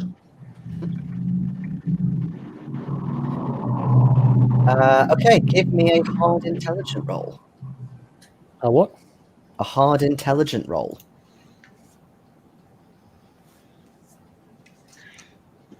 Since you're trying to learn this spell. We can't use luck for this, can we? Yeah, you can use that. No. I don't have enough luck points. Okay. Go anywhere near that. I mean, you know what it says. Basically, it says, "O mistress of the oracle, Bastet, queen of cats, lady of perfumes, hear my loving prayer. Grant me life, prosperity, health every day, long life, and beautiful old age. So be it." You know, that kind of stuff. In terms of actually getting this protection part of it, you're just sort of reading it and nothing's really happening. Yeah, I've got a feeling. I've got a feeling it's the Fright Night thing. You've got to have faith for it to work. I think that's where You can the push the roll. worthy part of it is. Well, She's got to feel the love. That's from what you know. That's from actually casting the spell. Yeah. This is actually learning it and being able to cast it. Barada, Platu, Barada. I mean, being as it's Christmas, Nikto, you missed Gort Nikto. being as it's Christmas, you know, like anyone else can try and learn it if they want. There will be time during the day. I mean, I'll give it a try. Why not? It'd Just be handy if I could learn it, actually. Platu, All right. Barada. It's. Oh no! 15. I don't have enough luck. It's a 15. 45 instead of 32. I actually did make my intelligence roll Did you make it by hard or more? hard. I should have rolled under 25. I rolled a 15. Fuck it, let's have a go. I shall spend 3 luck to be an odd pass. Okay. Right. Okay, so the two of you have learned the spell, basically. However, Françoise, given you're sort of reading it and kind of trying to learn it, you have learned the spell, but you definitely get an emphasis that I'm on the blacklist. yeah, that you're on the blacklist, and therefore cast this at your peril, sort of thing. So basically, if you're not on the blacklist, what happens is, it basically, as long as you can cast the spell, which takes another roll of power and so on, it will heal 1d6 hit points and restore 1d6 sanity points. Wow. However, you need to succeed on a successful power roll, and that's the whole kind of thing last. Yeah. It costs 4 magic points once the spell is done, and the casting time is instantaneous. No sanity is lost from it. In terms of Françoise, you don't know what will happen really when you cast it, whether you pass or fail. I think at some point it has to happen.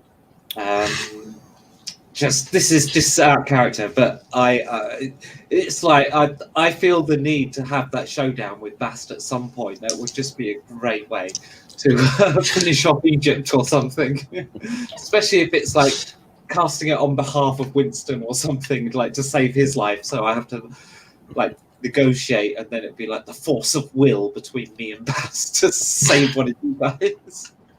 Can you cast it in for somebody else, or is it just for the caster?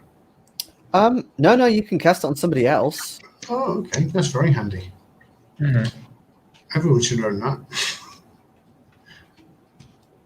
However, Some of the group apparently cannot. However, from the wording, it says the would-be recipient of the spell, the caster or another, must speak a prayer. So it sounds like the person who is getting the health and stuff still needs to speak the prayer. No, So it's not just like caster or another. yeah. So it's saying that Caster the caster or can cast the spell, but the other person would still have to say the prayer. From what I'm getting with the wording. yeah, but the word was or. Yeah, the caster or another. Exactly. Oh, Or. yeah. I see. Yeah, okay. Yeah. Okay, fine. Ignore me. But also, in general, casting a spell for the first time also requires another power roll to get hard. So that's also something that you have to do in casting it for the first time. Okay. But you now know a spell. Can I have a try at that? Heard that. Comments I never thought I'd hear in a Call of Cthulhu game. You need to make a power roll to get hard. Yes, you can, Perry, if you want. Okay, so I've got to roll a hard pass to try to cast it. Yeah. Yeah, for the first time. Once you've done it once, you don't need to do that again. That's a miss. Okay. Yeah, casting it is another thing compared to actually learning it. It's going to take time, you think? I haven't even learned it yet. Right. Okay, naturally, sun starts going down. You start heading out to get supplies, etc. Apart from general shopping, is there anything else you want to do before Saturday? I don't believe so. Just want basically we want lots of stuff that. Well, Perry. I mean, it might be slightly out of Perry's jurisdiction because he's used to the great wide outdoors, and this is the great indoors. But I would say lots of equipment that miners might use, shovels, picks, and so on. Yeah, might be useful as well. So we need stuff like that. Yeah, I expect. Dynamite. I've got some dynamite. More Yeah. dynamite. We definitely need. When we can blow it up. We definitely need a rope, some chalk. Yeah, rope, chalk. Yep. I see where Françoise is going. Some dynamite is good. More dynamite is better. I don't actually disagree with that. We are going to blow up the whole fucking pyramid. Yes. You know, but the sheer Hey, fact rise again, Black Pharaoh, but you'll never get out from all the rubble. that, you know, I mean, that's kind of what did happen the first time. You know, the collapsed pyramid. That was the whole point of it. Yeah. They were moved. Anyway. drats. Okay. I would have succeeded if it wasn't for these pesky investigators. Yeah. Oh, yes. Okay. Are you planning to head to the temple, Winston, or are you going to leave that for another day? Excuse me. I'm going to leave that for another day. I want to concentrate on Geether at the moment. Okay. Well, more importantly, because I haven't even learned this fucking basic prayer yet. I think I need to spend some time and at least get myself in the zone before I even attempt to go to temple. No, I don't think this is a spell, isn't it? Not the prayer. Yeah. This Yeah. is potentially. I haven't even learned the prayer properly. But yeah, I mean, she said, you know, you can have this spell of protection, Yeah. but you still need to just go and pray to Bast. Yeah. I want to make myself worthy first. Okay. No problems. So Memphis. Yes. Memphis. If it's the next day, can I make a roll for? Yes, you're absolutely right. So Perry and Françoise, you can make a con roll. However, Perry, given you've been running around all over the place in particular, that's going to be a penalty for you. Okay, so that's hard, yeah. No, penalty die.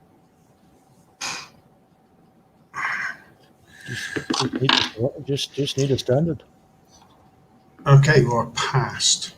You pass. Françoise, what about Yes. you? Oh, I can make a con roll, can I? You can make a con roll. It is Saturday. It's been another week. Ooh, ooh, ooh, As long as you pass, you can remove your major I wounds. hard passed. Fantastic. Okay. I'm not sure if you get anything with a hard pass. Let me double check. I know the extreme you can You get. get nothing, Françoise. It has to be a regular pass. No. No, I know that with a major wound, with an extreme, you can get like extra recovery or something. Let's see. No,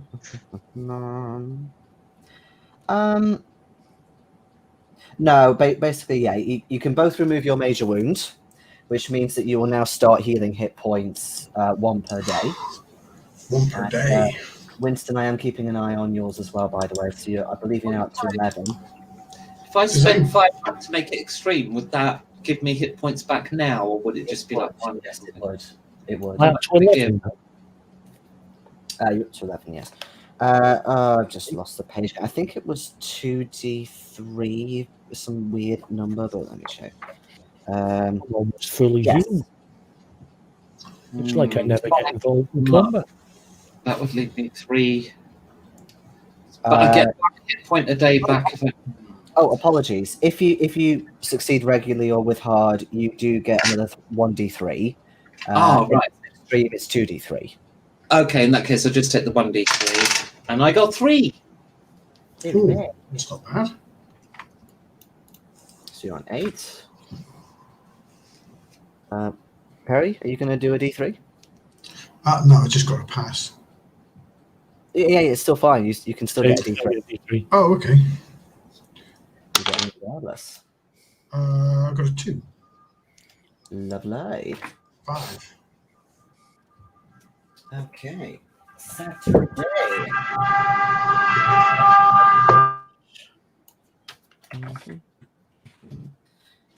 Okay, and location is now Memphis. Was going to be. But yes, you set out again, presumably in your car. Do you take Salim with you? Actually, I'm Has he been to Memphis?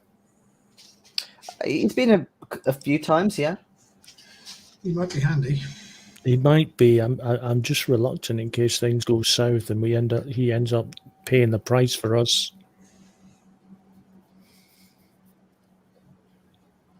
But if we think he could be useful, you know. I'm so pleased you care about an NPC. I think most groups would be like, I care about. I've cared pretty much for most of the NPCs we've had to deal with. Mm, I mean, that poor guy in the sanatorium. I was really. Oh, I know. Yeah. You know. So much you can remember his name and everything. No, I'm joking. It's been a while. It has. There's been so many names. Yep. They all kind of bled into each other.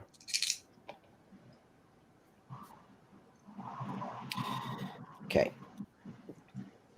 So, yes, you head on out to Memphis. So naturally cross the river, and past Giza. So again, you can see the pyramids now, especially in daylight.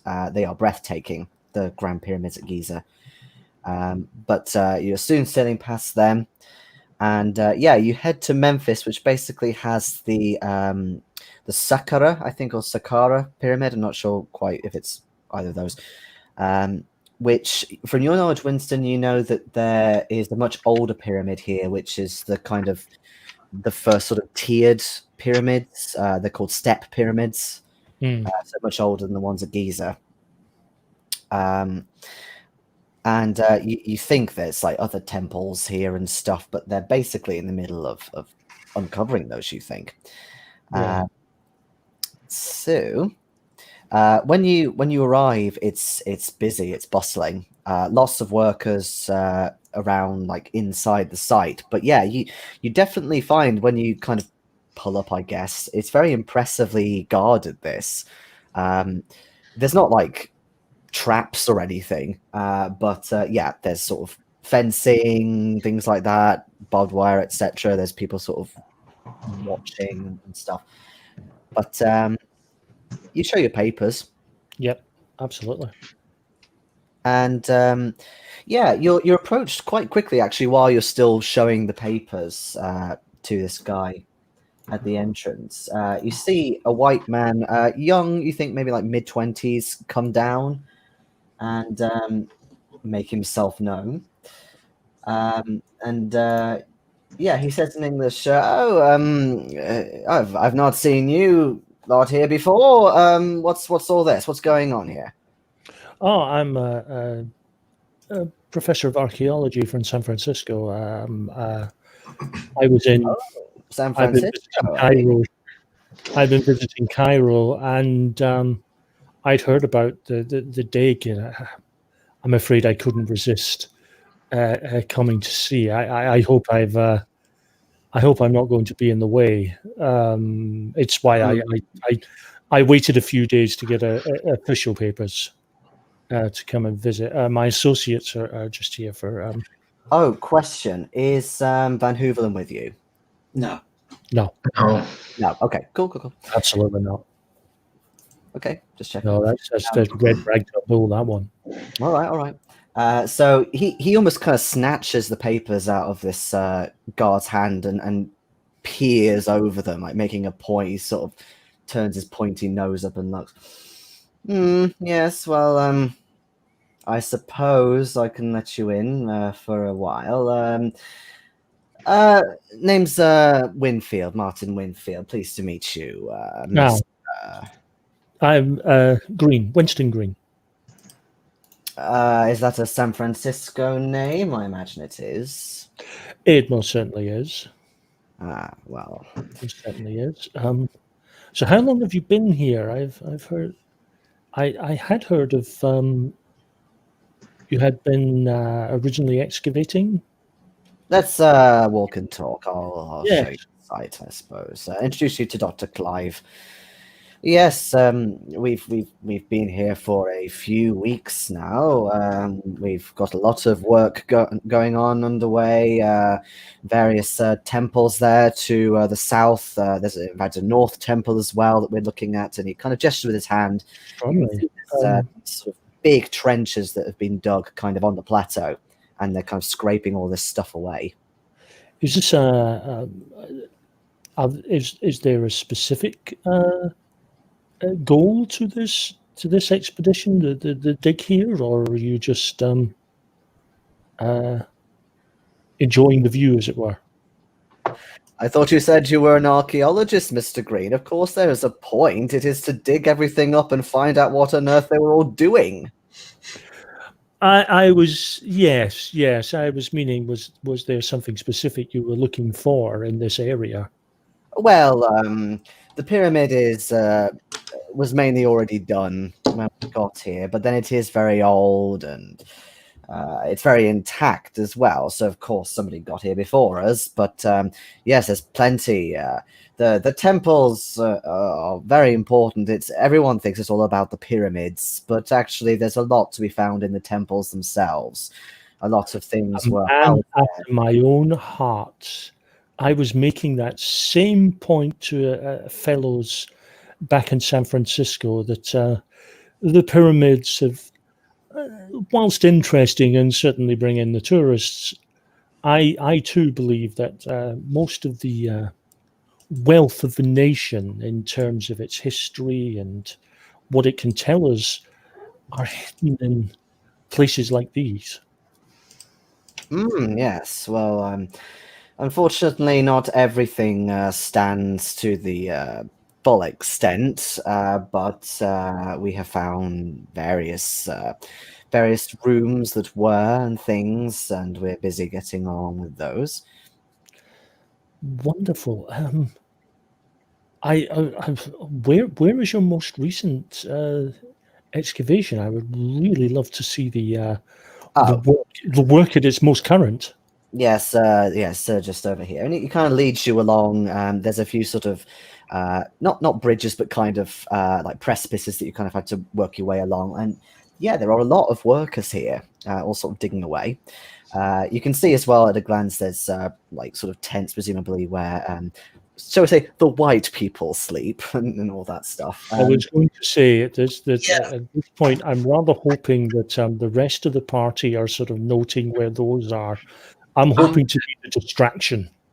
Is there anybody in amongst these tents with where the white people sleep, as it were? Where the white people sleep. Make me a spot hidden roll. Probably. Anyone looking around can be spot hidden roll. Yes. It's a hard. I can make it extreme if needed. If you want to. Okay, I'll spend the 3 points. It is extreme. Okay. Yeah, so there are... Oh, go on, sorry. No, not even close. No, okay. Yeah, there are a few tents that seem to equate to around the number that you knew, so 5. You're not sure if anyone's occupying them at the moment, because given the sunlight, you can't see inside from where you are, but you can definitely see the majority of the expedition all kind of busy working away. You can see Gardner. He's sort of sitting outside under like a gazebo of sorts, sort of writing away. Writing into a notebook. Well, he's writing something.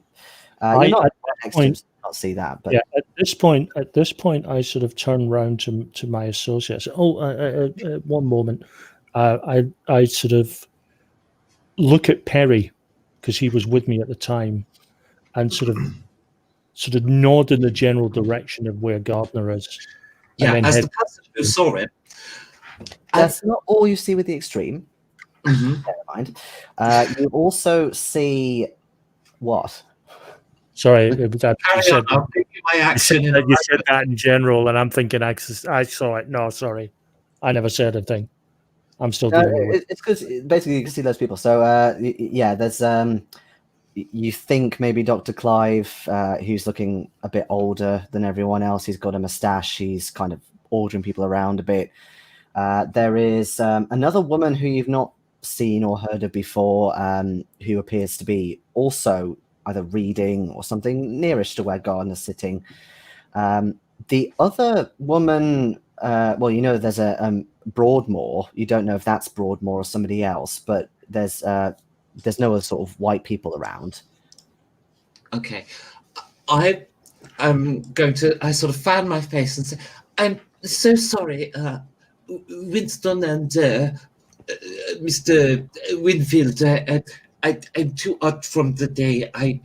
If you don't mind, I will take this opportunity to sit down and catch a water. Oh Please dear. carry on with your tour. I will catch up with you later. Yes, And let me introduce you to the Fraulein and Mr. Gardner. I just need to sit down and get a water, and I will just barge my way through, sit down next to Gardner. Okay. And could you please get me a water? Hoping he puts his book down. Well, he's definitely startled by you, but interestingly, it's the woman who almost kind of immediately steps up and says, "Yes, I will get you something right away." And you hear a hint of a German accent in there. She's kind of definitely dressed for the desert, kind of sort of trousers, etc.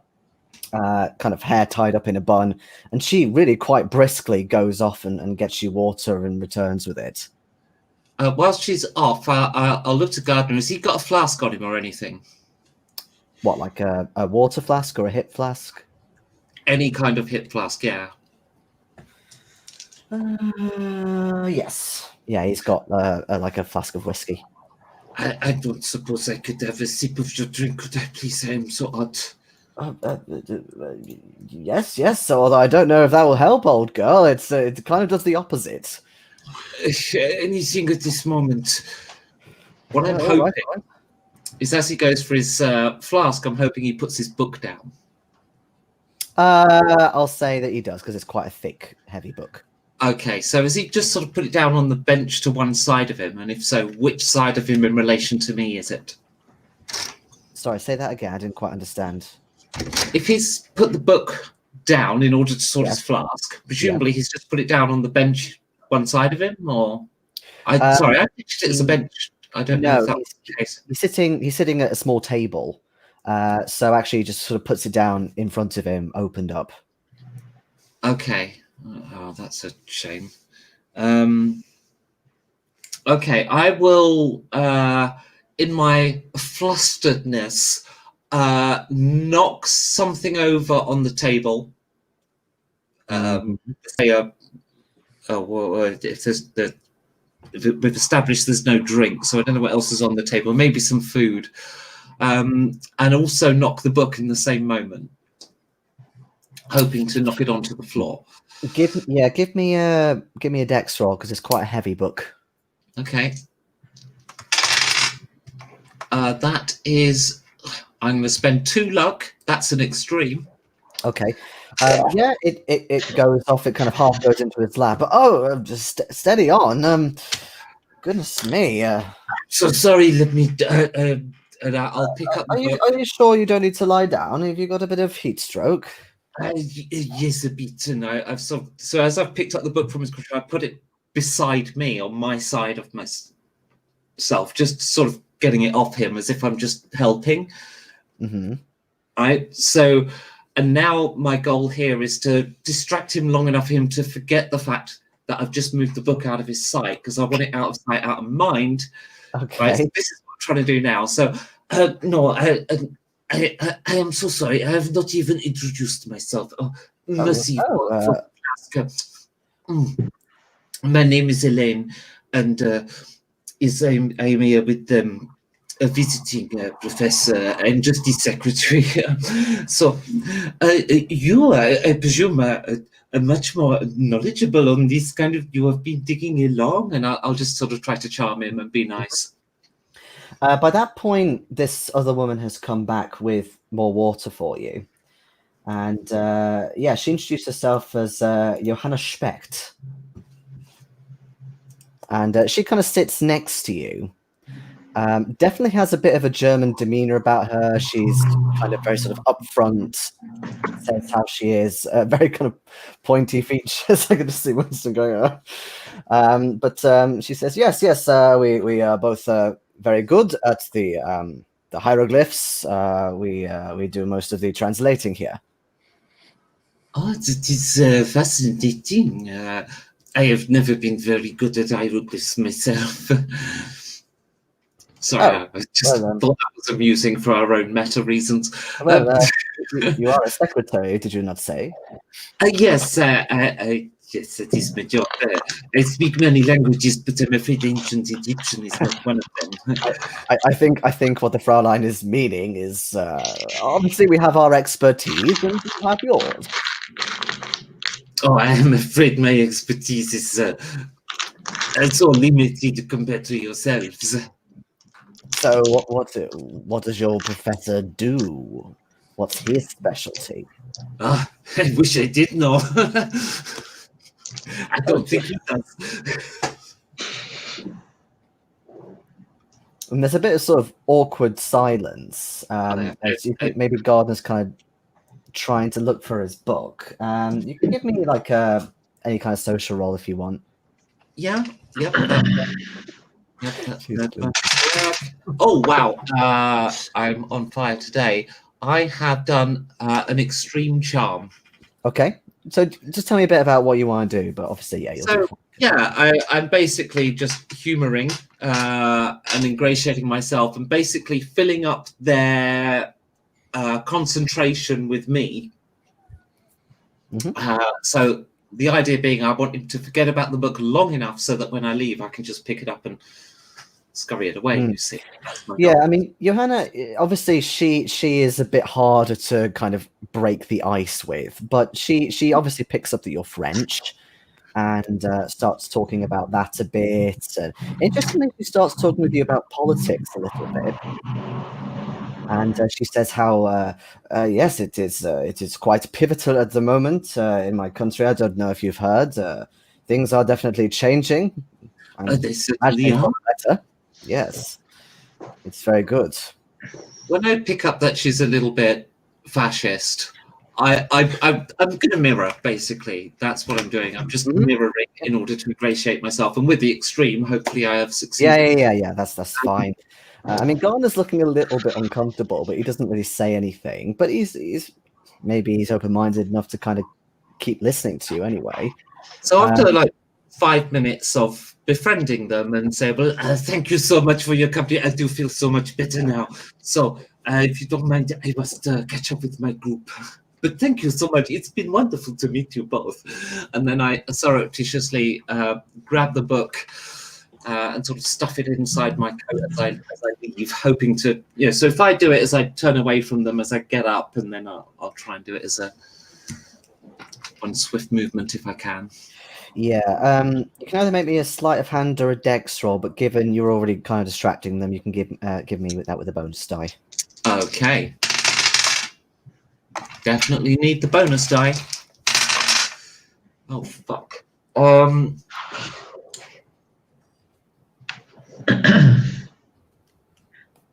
So smart. It went so well. I've been rolling brilliantly all session. So smart. I believe you have my book. It's I don't really know how much you can get out of that. It's probably quite boring for you. Sorry, I automatically just assumed it was my notebook because that is obviously being a secretary is what I do. I'm so sorry about that. Can I leg it from here? Just before I hand it back. It's guarded, isn't there? You said it was well guarded. Yeah, it's well guarded. I'm sorry, it was my mistake. Of course, when I knocked things earlier, I'm so sorry. Well, it had to sort from the heat. If you have time, I don't know if I can talk elsewhere. I have to be on the site, but I can always tell you what this is. I would be delighted to hear it. My professor can wait. I mean, what you're getting from this book specifically, it seems to be all about this dig, and he's kind of doing some fresh translations with the help of Johanna. In fact, if anything, you think Johanna is the more sufficient at hieroglyphs, and he's kind of more about the general history and things. So when I realized that this book is mostly about this pyramid, Obviously, he's like OCD organized with his notebooks. Yeah. I'll try and steer the conversation to how does it compare to other pyramids and what other pyramids has he done? And when he says Giza, I would be fascinated in Giza because, I have seen those pyramids. I have visited those too. It was tell me about them. Yes, everyone wants to know about Giza. Of course, they're so famous. Well, to be honest, I find the pyramids a lot more interesting there than out here. These ones are much older. Those pyramids out there were done much more recently by Khufu, whereas this is all much older, Djoser. And he talks about how there's like 3 main pyramids, and they're all done in a very southwesterly direction, all very carefully planned and so on. He talks about the Grand Pyramid. There's a sort of a slightly smaller pyramid with some of its lime casing still there, and then there's Mycerinus, a much smaller pyramid. Although interestingly, like working underground in the pyramids. I mean, it's an interesting experience. Certainly, it's much cooler, but very claustrophobic. I suppose with their primitive tools, the tunnels are small and narrow and not very deep. So that would be the advantage, right? You're never going to be far from the surface. How far could they dig, even? Yes, absolutely. Yes, we were there for a while actually, but then a little incident happened. I don't know if you heard it in the news, and essentially we then had to move here while the police did their job. And it was a bit vague because I think when that happens, I was traveling to Egypt still, so I don't really know much about it. But something with a lost mummy or something. I don't know. Yes. Well, you see, that was in Mycerinus, the smallest one. Some of the chambers had already been opened up and the main entrance found. It took a few attempts by the last person who was there, a colonel who tried to blast his way through the whole bloody thing, the idiot. But yes, we had something to start off with, and then we found a secret chamber where this, we think it was a queen, was held. We brought out a coffer, one of the sort of sacred drawers, cabinets, whatever you want to call them. And I believe Dr. Clive took some scrolls from there as well to try and decipher them. But several days later, the bloody mummy vanished completely, sarcophagus and all. A tragedy? How would they even get past all these guards? I assumed it was as well guarded as this site. Not as much, but definitely, and only one way in and out. Well, unless they went underground, of course, but that would be ridiculous. Make me a psychology roll.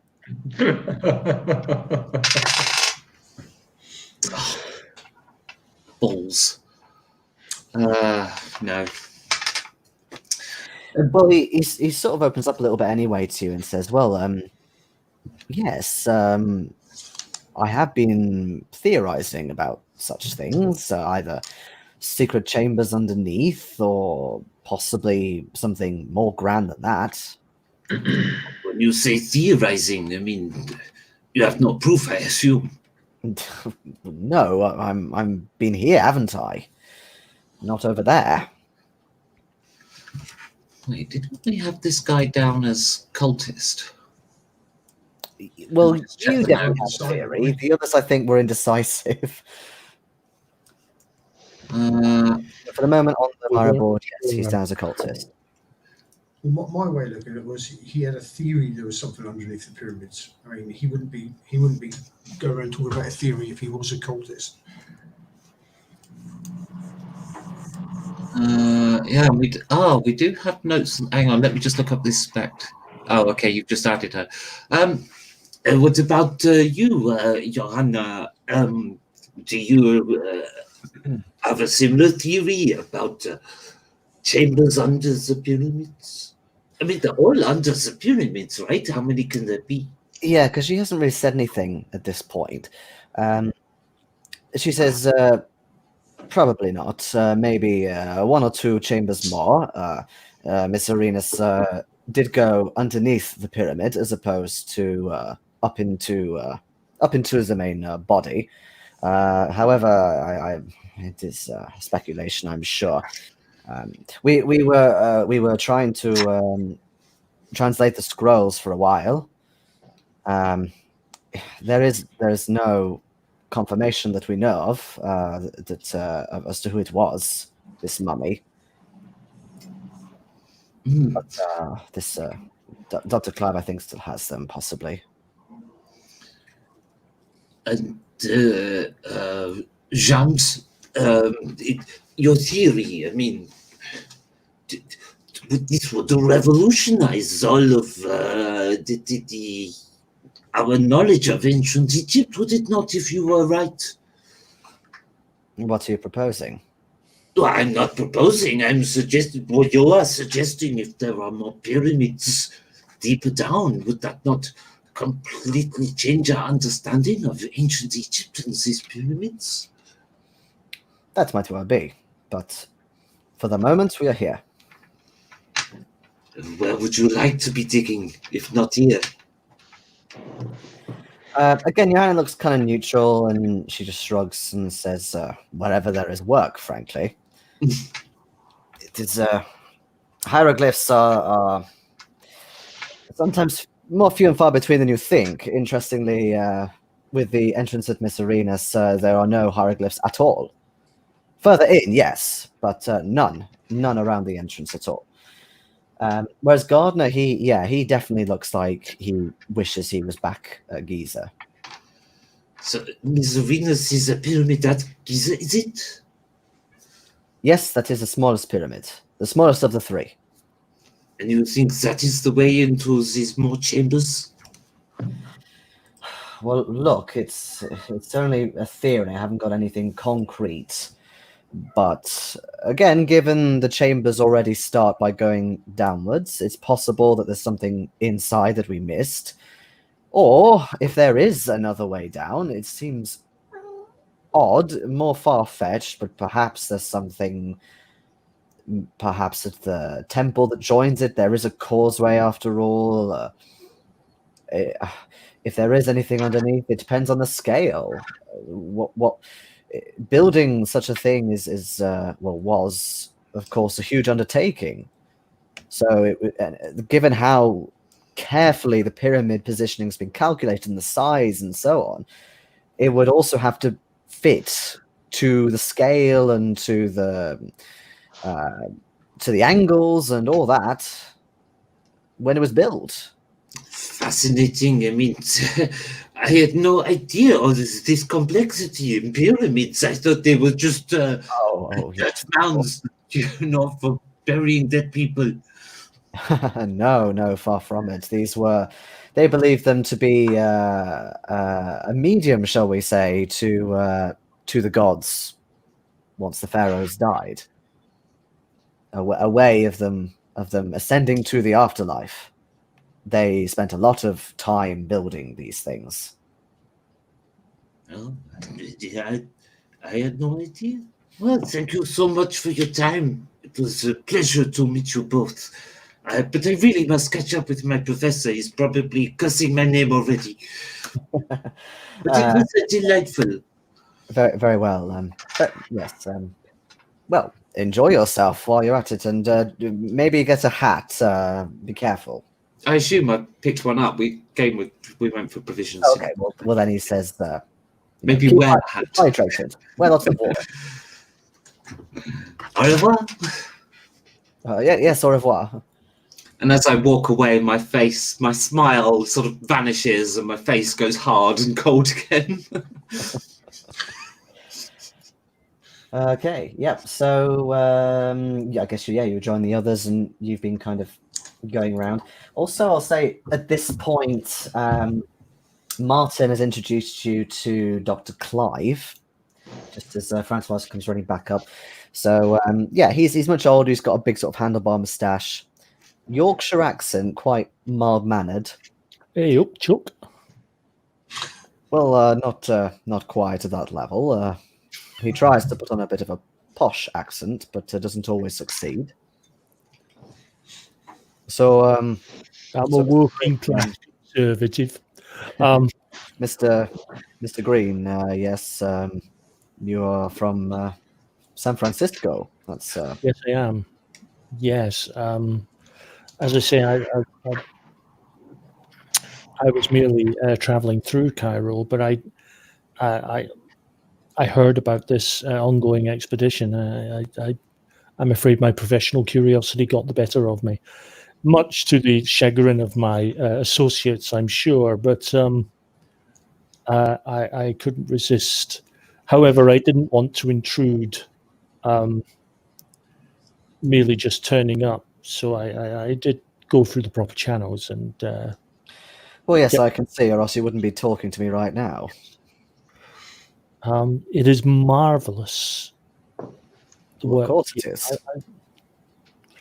I'm particularly impressed with the mindset of looking at the temples, not focusing on the pyramids, but looking at the lives of those beyond the pyramids. Yes. Well, fortunately, unlike the thing about the pyramid here, and also at Giza, for example, and even Dashur and others to an extent, people have been there already, whereas we have first grabs at the temples.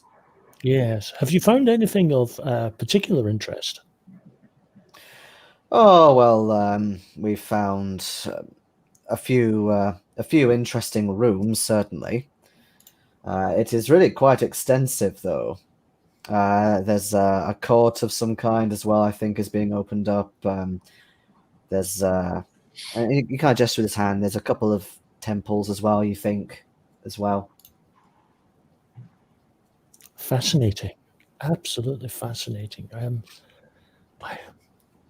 I'm almost tempted to go in with a trowel and do a bit of digging myself. Oh well, if you insist, I suppose you can do a little bit of brushing. Oh, well, yes, I would love that.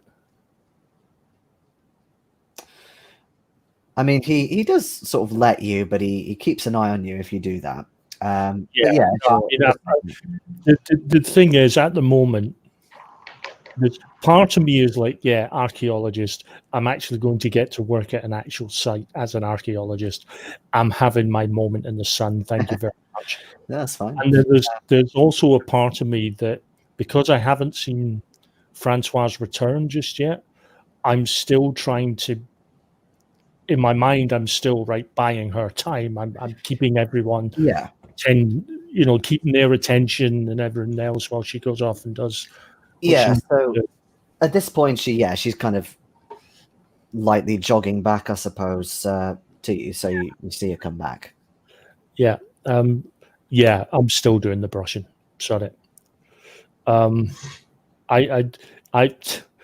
don't get to play archaeologist much. I'm having my moment, damn it. Okay. So I guess just as you kind of reach the group again, Françoise, you see Winston eagerly go off with this little trowel and a brush, presumably to do some brushing away of sand somewhere. Yeah, I go to one of the near temples. Okay. Excavating the near temples and just do some work. Yes, no worries. Find a bit which doesn't look like it's been worked at much, and gently do a bit of digging there. Okay. When an appropriate moment comes up, I will subtly let the others know that I think I've got the information we need, or as much as we're going to get. Okay. So I'll just tell them all individually when they're far away from prying ears. Yeah, that's fine. As you're talking, though, you still don't see any sign of the fifth member of this expedition. Who was that again? By now, you've been introduced to Johanna. You assume that this is Martin Winfield, who we think is a cultist as well. No, Martin. No, we've met Martin. He was the guy who introduced us. Agatha Broadmoor, who speaks with the Right. dead. Yeah. The medium. Well, we haven't seen her yet, so we don't know what size she is. But we'll see medium for the moment. You think she is a medium? She could be a large. I don't actually believe she is here. But yeah, so things kind of carry on anyway whilst you're talking. What you find, Winston, it seems to be you find some sort of glyphs on Anubis. You think it's fairly generic, but still the fact you're the one is very satisfying. But yeah, it's That's why I've got the camera. You actually wonder if this is part of not just a temple, but maybe even like a necropolis. Like, it's really quite extensive. There's plenty still to uncover, but yeah, it's big. Yeah. Seriously, and I say this without any humor at all, seriously, guys, you might have to drag me out of here. Speaking of which, are the other two, Pranit and Perry, doing anything at the moment? Standing around watching. Well, not Winston for a while. particularly. I mean, I'm just looking around to see if something odd. But other than that, I'd rather let the others do the talking. Yeah, All right. fanning ourselves with our hats occasionally. Okay. Well, those of you not engrossed in brushing away hieroglyphs and stone, etc., can make spot hidden rolls. Since you're busy looking around. All right. No, I'm doing my own kind of spot. 27. It's a regular pass. That's a regular pass. Fail. Okay, so Pranit and Perry, you're just kind of trying to keep interested and stuff, and you're busy looking around. When your eyes kind of go back towards the tents, you do notice Gardner kind of pokes his head in one. He doesn't fully go in. You think either he's looking at something or maybe talking to somebody, and he's like that for about half a minute before coming back out again and resuming what he's doing. That could be our 5th member of our expedition then. Yep. Well, I don't think we're in a rush to meet them all, are we? Especially she's probably a cultist. Strange that, yeah, there's no other reason to have a medium on an archaeological expedition, really, is there? God, we've got a coin.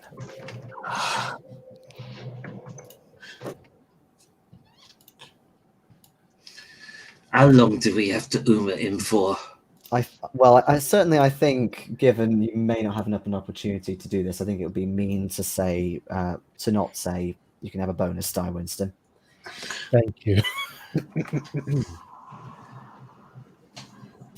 I wasn't joking. You guys might have to drag me out of here.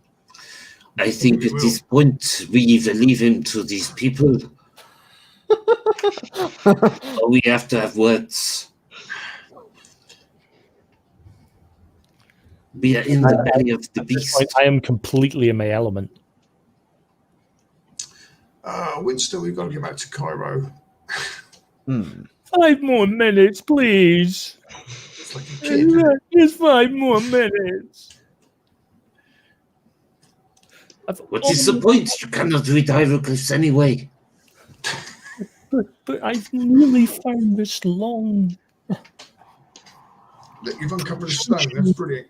Oh, Great! Yes. You found a spell. You're now cursed for eternity.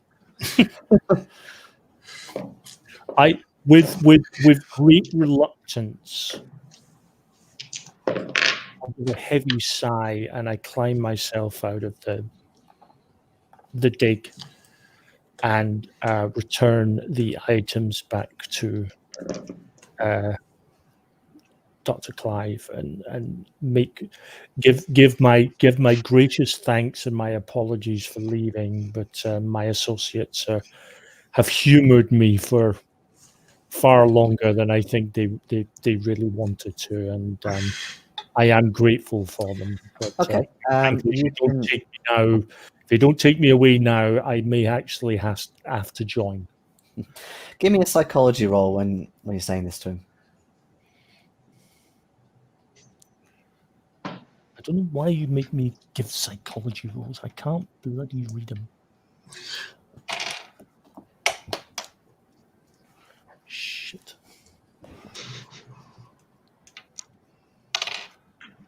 Except for then, when I actually did it. Okay. Eee. Yeah, you definitely get the impression that he's thinking the same, in that he thinks that you kind of overstayed your welcome a bit and go away. No, Thank piss you off. so much. I am immensely appreciative of your time. Thank you. You're very welcome, Mr. Greene. I head off, and as I get back to the rest of them, I'm like, take me Well, away now before I stay. I hope you all learned something, and it was a fruitful expedition to enter the belly of the beast. I, for one, did my job and have some information. I strongly suspect you have not, given you are only men. While we are getting back to the car, I'll try to give a look into the tent Gardner was looking at. Oh, as in... Okay, so you're actually going to try and peek into the tent. Sorry, is what you were saying. Well, I was Watching. thinking just gave a peripheral view to see if I can get inside without poking my head right in. Oh, okay. Given the fact that I am a stranger, that my Yeah, okay. So yeah, you kind of try and sort of saunter past and sort of pretend you're not looking, but you don't. But as you do so, you're almost mowed down by whoever was inside this tent. You see this middle-aged woman with sort of long frizzy hair come out, and she's kind of looking around. She kind of completely ignores you and is looking for something or someone. And then she sees the rest of the group and just gasps. And then she actually grabs hold of you, actually. And she says, Do you know them? That woman there, she was in my dream. And she's obviously a bit delirious. Are you all right, ma'am? Yeah, we call it nightmares. A nightmare, a terrible nightmare. She tried to kill me in my sleep. And then she also kind of returns to normal a little bit and says, oh, but then again, you're probably not with them at all. Are you sure you're all right, ma'am? My name is Agatha Broadmoor. I sense something about you. And she doesn't touch you, but she kind of gestures your outline, like of your shoulders and arms a bit. You definitely have a strange, conflicting aura about you. You are a peaceful man, but you have fought before. As it was my duty, yes, I did. Ah, a Sikh then, I bet. What gave it away? Maybe it was my turban.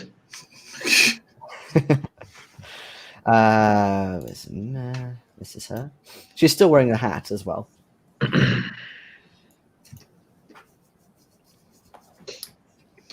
Yes, and your items that you carry with you, your unkempt beard. Got me. I'm a Sikh indeed. Who have I the pleasure of talking to? Agatha Broadmoor. I am part of the Clive expedition. I keep tabs on people, and they have sought out my work here to ascertain certain things about this site. But and she's still looking a little worried. She kind of gestures back. Do you know her? Be honest with me. Is she pointing at Françoise? Yes. Yeah, I mean, we are acquaintances. She grabs your hand. Yeah, I don't want to give it away just right away in my relationship with her. She grabs your hand and kind of holds it flat and almost starts doing, you think, a palm reading of sorts. I sense that you don't always get along with her. And she sort of closes her eyes a bit and moves her fingers around a little bit, traces your lines and things. Yes, your line is quite fractured indeed. Very concerning. But why would I have a nightmare about your... Shall we call her an acquaintance? Very odd. I don't know if I've met her before, have I? Maybe I've seen her in the city. Yes, I did see her in the city once. She had a load of garments, carrying loads of garments with her. Time out. I told you, Françoise. I told you 3 sessions ago. There's a lunatic talking outside the mall. You should talk to her. You didn't.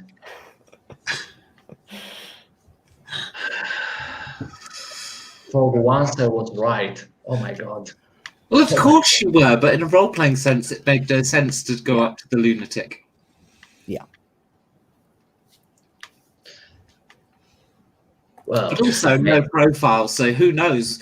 You know, maybe by not speaking to her, we didn't have men come around and beat up a journalist looking for us. yeah, who knows?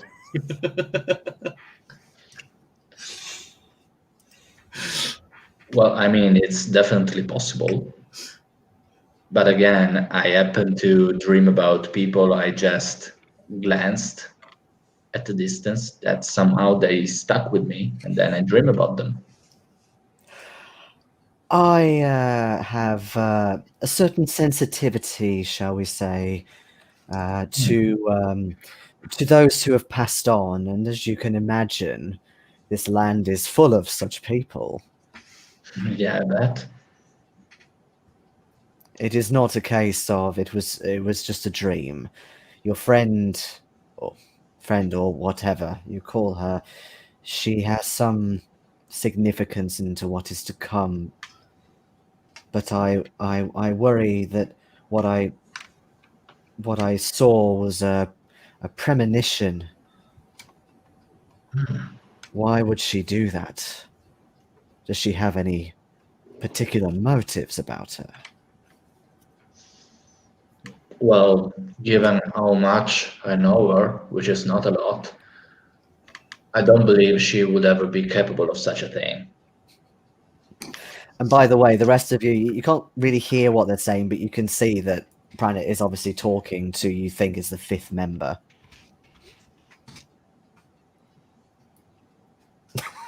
Please help me.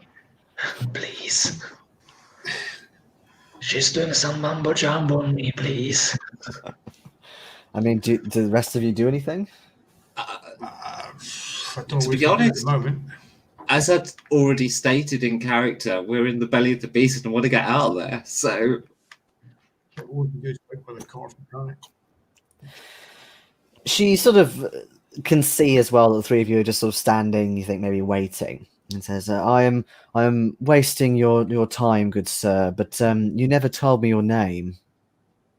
Well, my name is Mr. Dillon. Mr. Dillon, a pleasure, as always. I feel like I've seen you before somewhere. It is hard to explain. And she wanders off a little bit in her thoughts. Your aura is definitely intriguing. I may meditate upon that.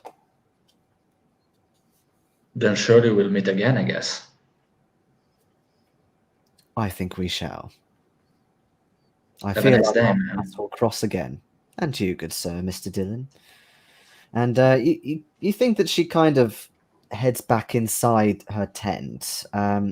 She was obviously looking a little bit tired as well when she came out. But yeah, can you give me a spot hidden roll? Since you're kind of on top of a plateau, I'll give you that.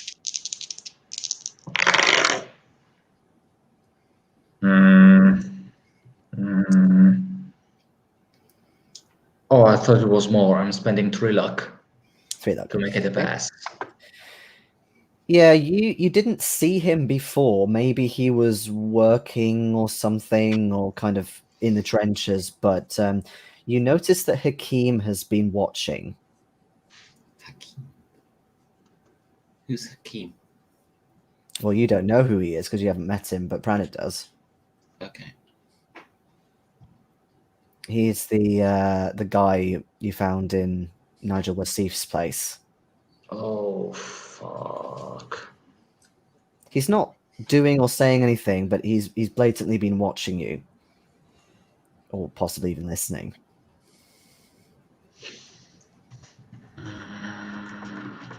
It's lucky you didn't tell him your name. Well, he knew it because he recognized me in the Cairo bulletin.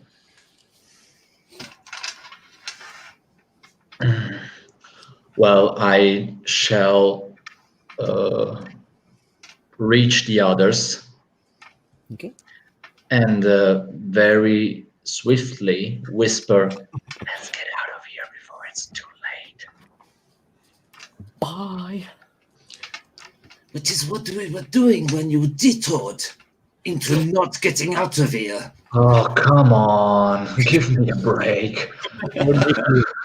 We're making like a tree and leave. Could we make like a gazelle instead? Or that, yeah. They're doing a bit of a as you kind of head on off. Yeah, we're gonna drift in the distance. Get to the car in a calm but steady manner. As calm as And- possible. And then get the fuck out of this place. Get into the car and then Data. ever so calmly floor it. I mean, it's kind of hard to turn a corner given you're out in the desert, but yeah, maybe you sort of go down a bit and outside. Maybe you pass the pyramid. How about that? There's a big friggin' pyramid in the way. That works. Where are you planning to go? Back to Cairo. I'm almost wondering if we should go somewhere else now because they think we're going back to Cairo. I don't want to get jumped in the middle of nowhere. If we're going to get jumped, let's. As much as I said earlier, we don't know Cairo that well. We know Cairo better than we know out here. Yeah, okay, let's get jumped in somewhere familiar at the very least. Exactly. I have obtained some information. Firstly, Gardner is not as suspicious as I first believed. He actually does not know, I believe, how to get down beneath the pyramids. But he does have a working theory, and he believes it is either from the smallest pyramid or the temple that attaches to it. That gives us a good starting place of only 2 locations to search. Yes. Well, I have some bad news though. If Gardner is not as suspicious as it looked before, definitely some of us is, because the guy that I followed into the Cairo bulletin was watching. I don't know if he heard something, but he was definitely watching over us. I had a long conversation with Gardner and the Nazi woman, and we talked about many different things. So hopefully, if he was listening, he didn't hear the little bits that were about the stuff I wanted to hear. Apparently, the one that I detoured to was Miss Broadmoor. Mhm. And apparently she had a nightmare about you, Françoise. Good. She dreamt of you killing her. Sounds like a premonition to me. To her as well. The reputation precedes you. So you got that in common.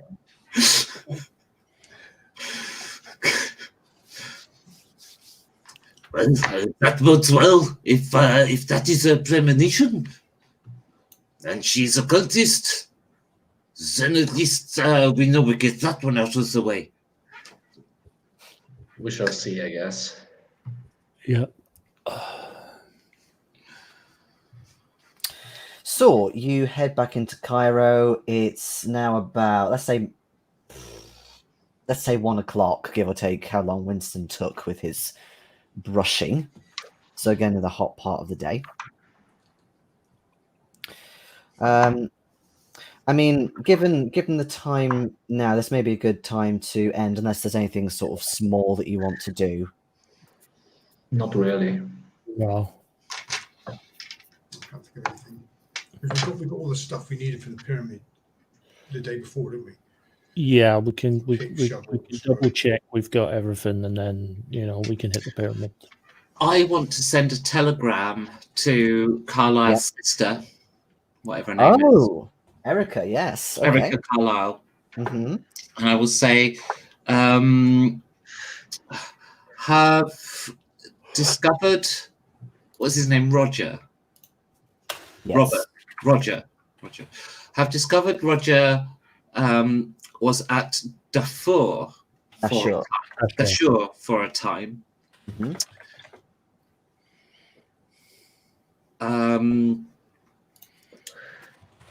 Spoke to boy hurt during dig.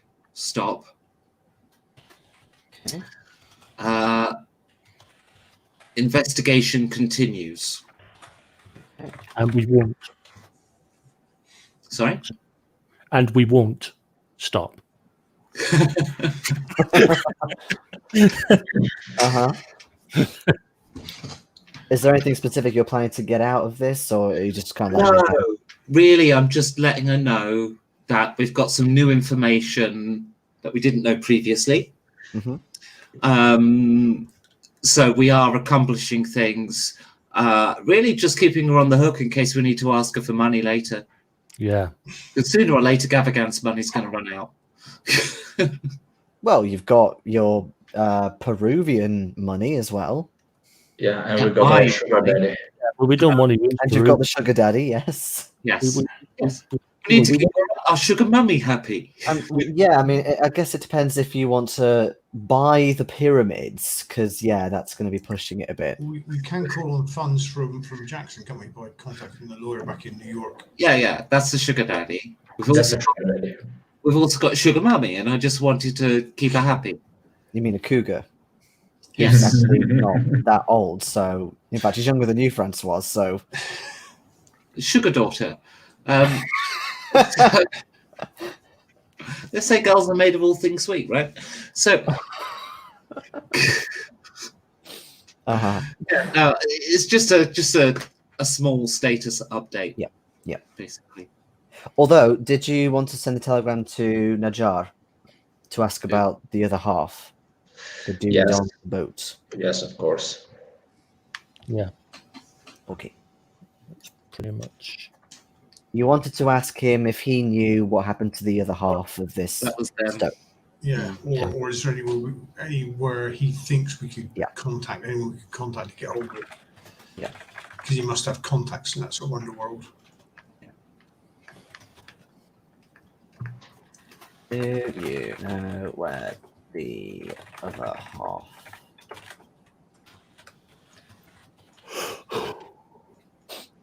Okay. Good. Well, I think we will end it there.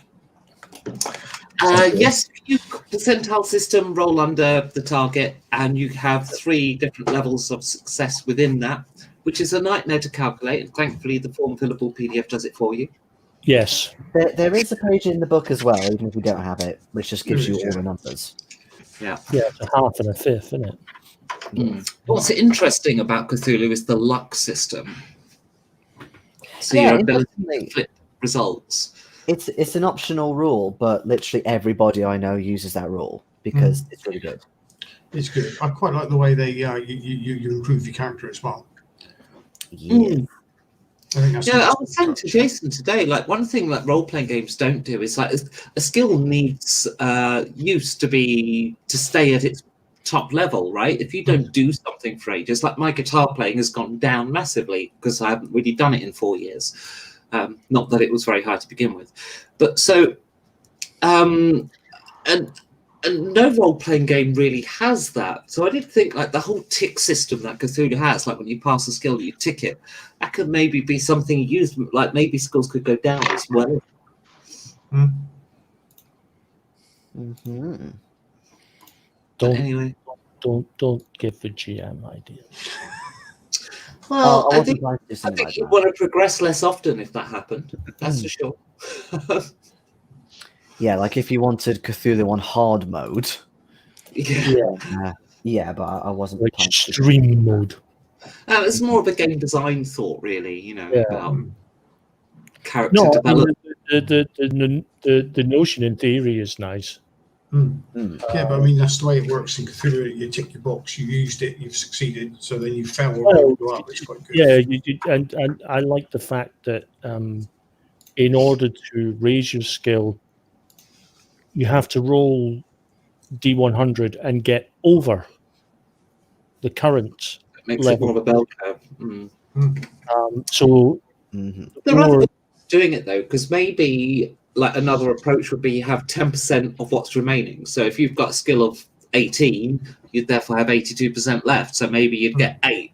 Maybe that would be a good way to do it. Because like one of the things that's really guttingly annoying with Cthulhu is when you actually get to level up and sometimes you don't go up in anything. Yeah, that is a pain. But then, It's heartbreaking. but it is good if you're high in a skill. It's harder to learn that last little bit because you pretty much know all of it anyway. It is, but when you pass that roll, you gain D10, unless you're over like 95, is it, or something? 90 or 95, you get a different amount. No, you still get it, but if you're over 90, you also get like even over 80, you get a number of sanity points as well added to that. When I was playing 3rd edition with Stevie running it, I was playing a PI. I had a spot hidden of about 55 or something. By the end of the scenario, he still hit 55 because I mean, making my skill and ticking the box, no problem. Rolling over it. That's why I was thinking, like, take 10% of what's left rather than, it might be a better way of doing it. Then you just get an amount and it goes down as you get nearer the top. But it was frustrating because it was one of those, because I was rolling really badly during that campaign, and rolling over skills and over skills and over skills and all the rest of it, except when I was trying to level up, then I couldn't roll over to save myself. Yep, it happens to us all. Well, I have to say, I was rolling brilliantly tonight, right up until I didn't. Yeah. Oh, you did really well overall. Until I didn't. I think everyone did. The only main fail I can think of was people not learning the spell or not being able to cast it. Yeah. Well, that's a kind of specialist thing anyway. Well, I spent luck to get that, to be honest. Even though, just because I think it would be so good for Françoise's arc to actually have to cast it at some point. Wouldn't it just? So how often can you actually try that spell, actually? 4 magic points. How many magic points you've got, yeah. Okay. Yeah, but in Cthulhu, the first time you cast a spell, it's harder to do. Yeah, because you got. I think you got extra rolls, yeah. Would I have And then lost after that, magic it's points then? trivial. Yeah, I'm not actually sure on how you regain the magic points. It's one per same day. as hit points, isn't it? Yeah, it's just one per day. So, I mean, I had 2 power rolls, one to cast it and one to see if I want to actually cast, and then one to see if I pass the casting. So did I lose the hit points for failing the first roll? You mean magic points? And no, Magic it's points, only sorry, if you cast it successfully. That's what I So thought. Yeah. the first time you cast a spell, you have to pass a hard power roll. Hence why I say Yes. hard. The whole power thing is a condition of the spell as well. It just so happens. Yeah. So once you've cast it, say more than once, you wouldn't need to do that hard power roll again, but you would still need to do the power roll as per the description of the spell. So I'm trying to get under 32.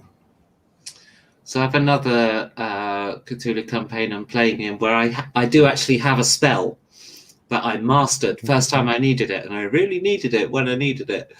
And then I was in this weird situation. I was having my life drained out of me by this creature that was sucking away my spell points. So I thought, fuck it, I'm just going to cast everything I can into this creature to defeat it, and then at least there's nothing for it to eat. Yes, old power drain. It's the first time in Cthulhu I've ever had a spell. Yeah. It's same for me. Literally 3 weeks ago, I think it was, maybe 2, where I got this spell. And that was after all these years. Like, I knew there was a magic system in Cthulhu, but I thought it was something that just the NPCs had.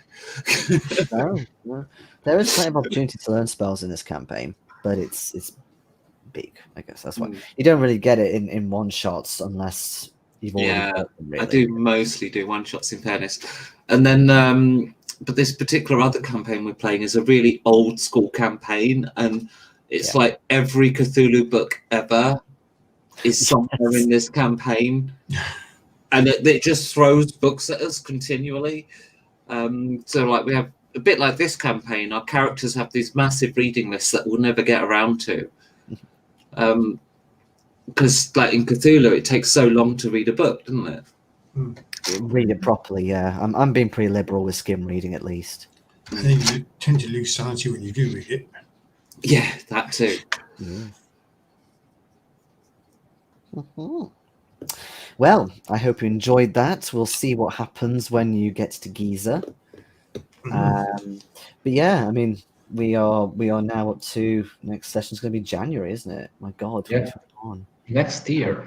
What's going to happen at Giza is we'll go in, realise we needed to do de jour or whatever it's called first, and then as we get out in absolute tatters, we'll receive the telegram telling us where the other half of that tablet is that we needed.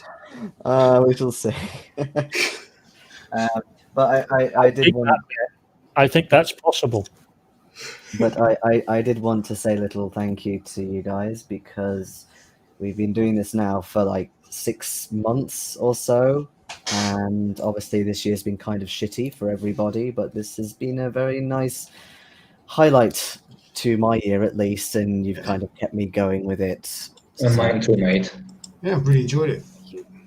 I'm It's enjoying really good. And I'd just like to say really sorry to all the other players, but I am not my character.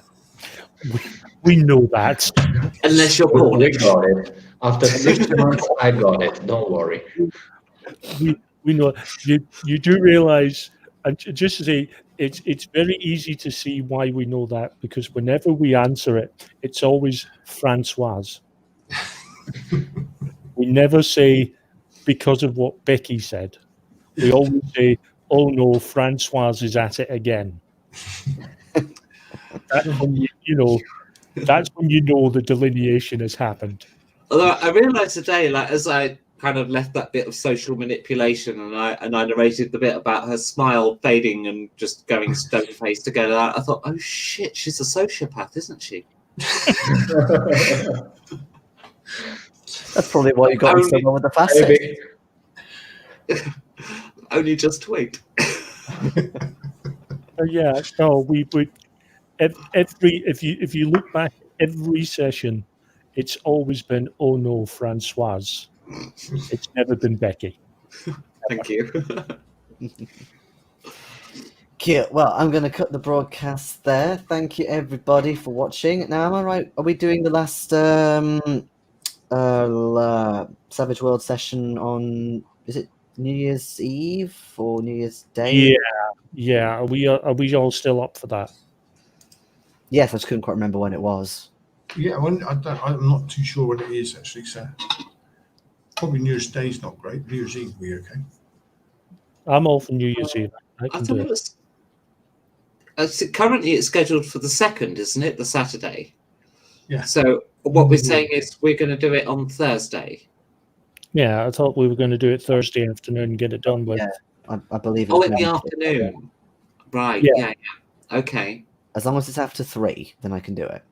Oh, 7 days. I have to go back to work. I have to go back I to work already- tomorrow. God damn. I know. I got back today, so No. Cool. Well, we will see you then on New Year's Eve and then in January for masks. So thank you, everyone. yeah, next year. See you next year. See you next year. Bye. It's Bye.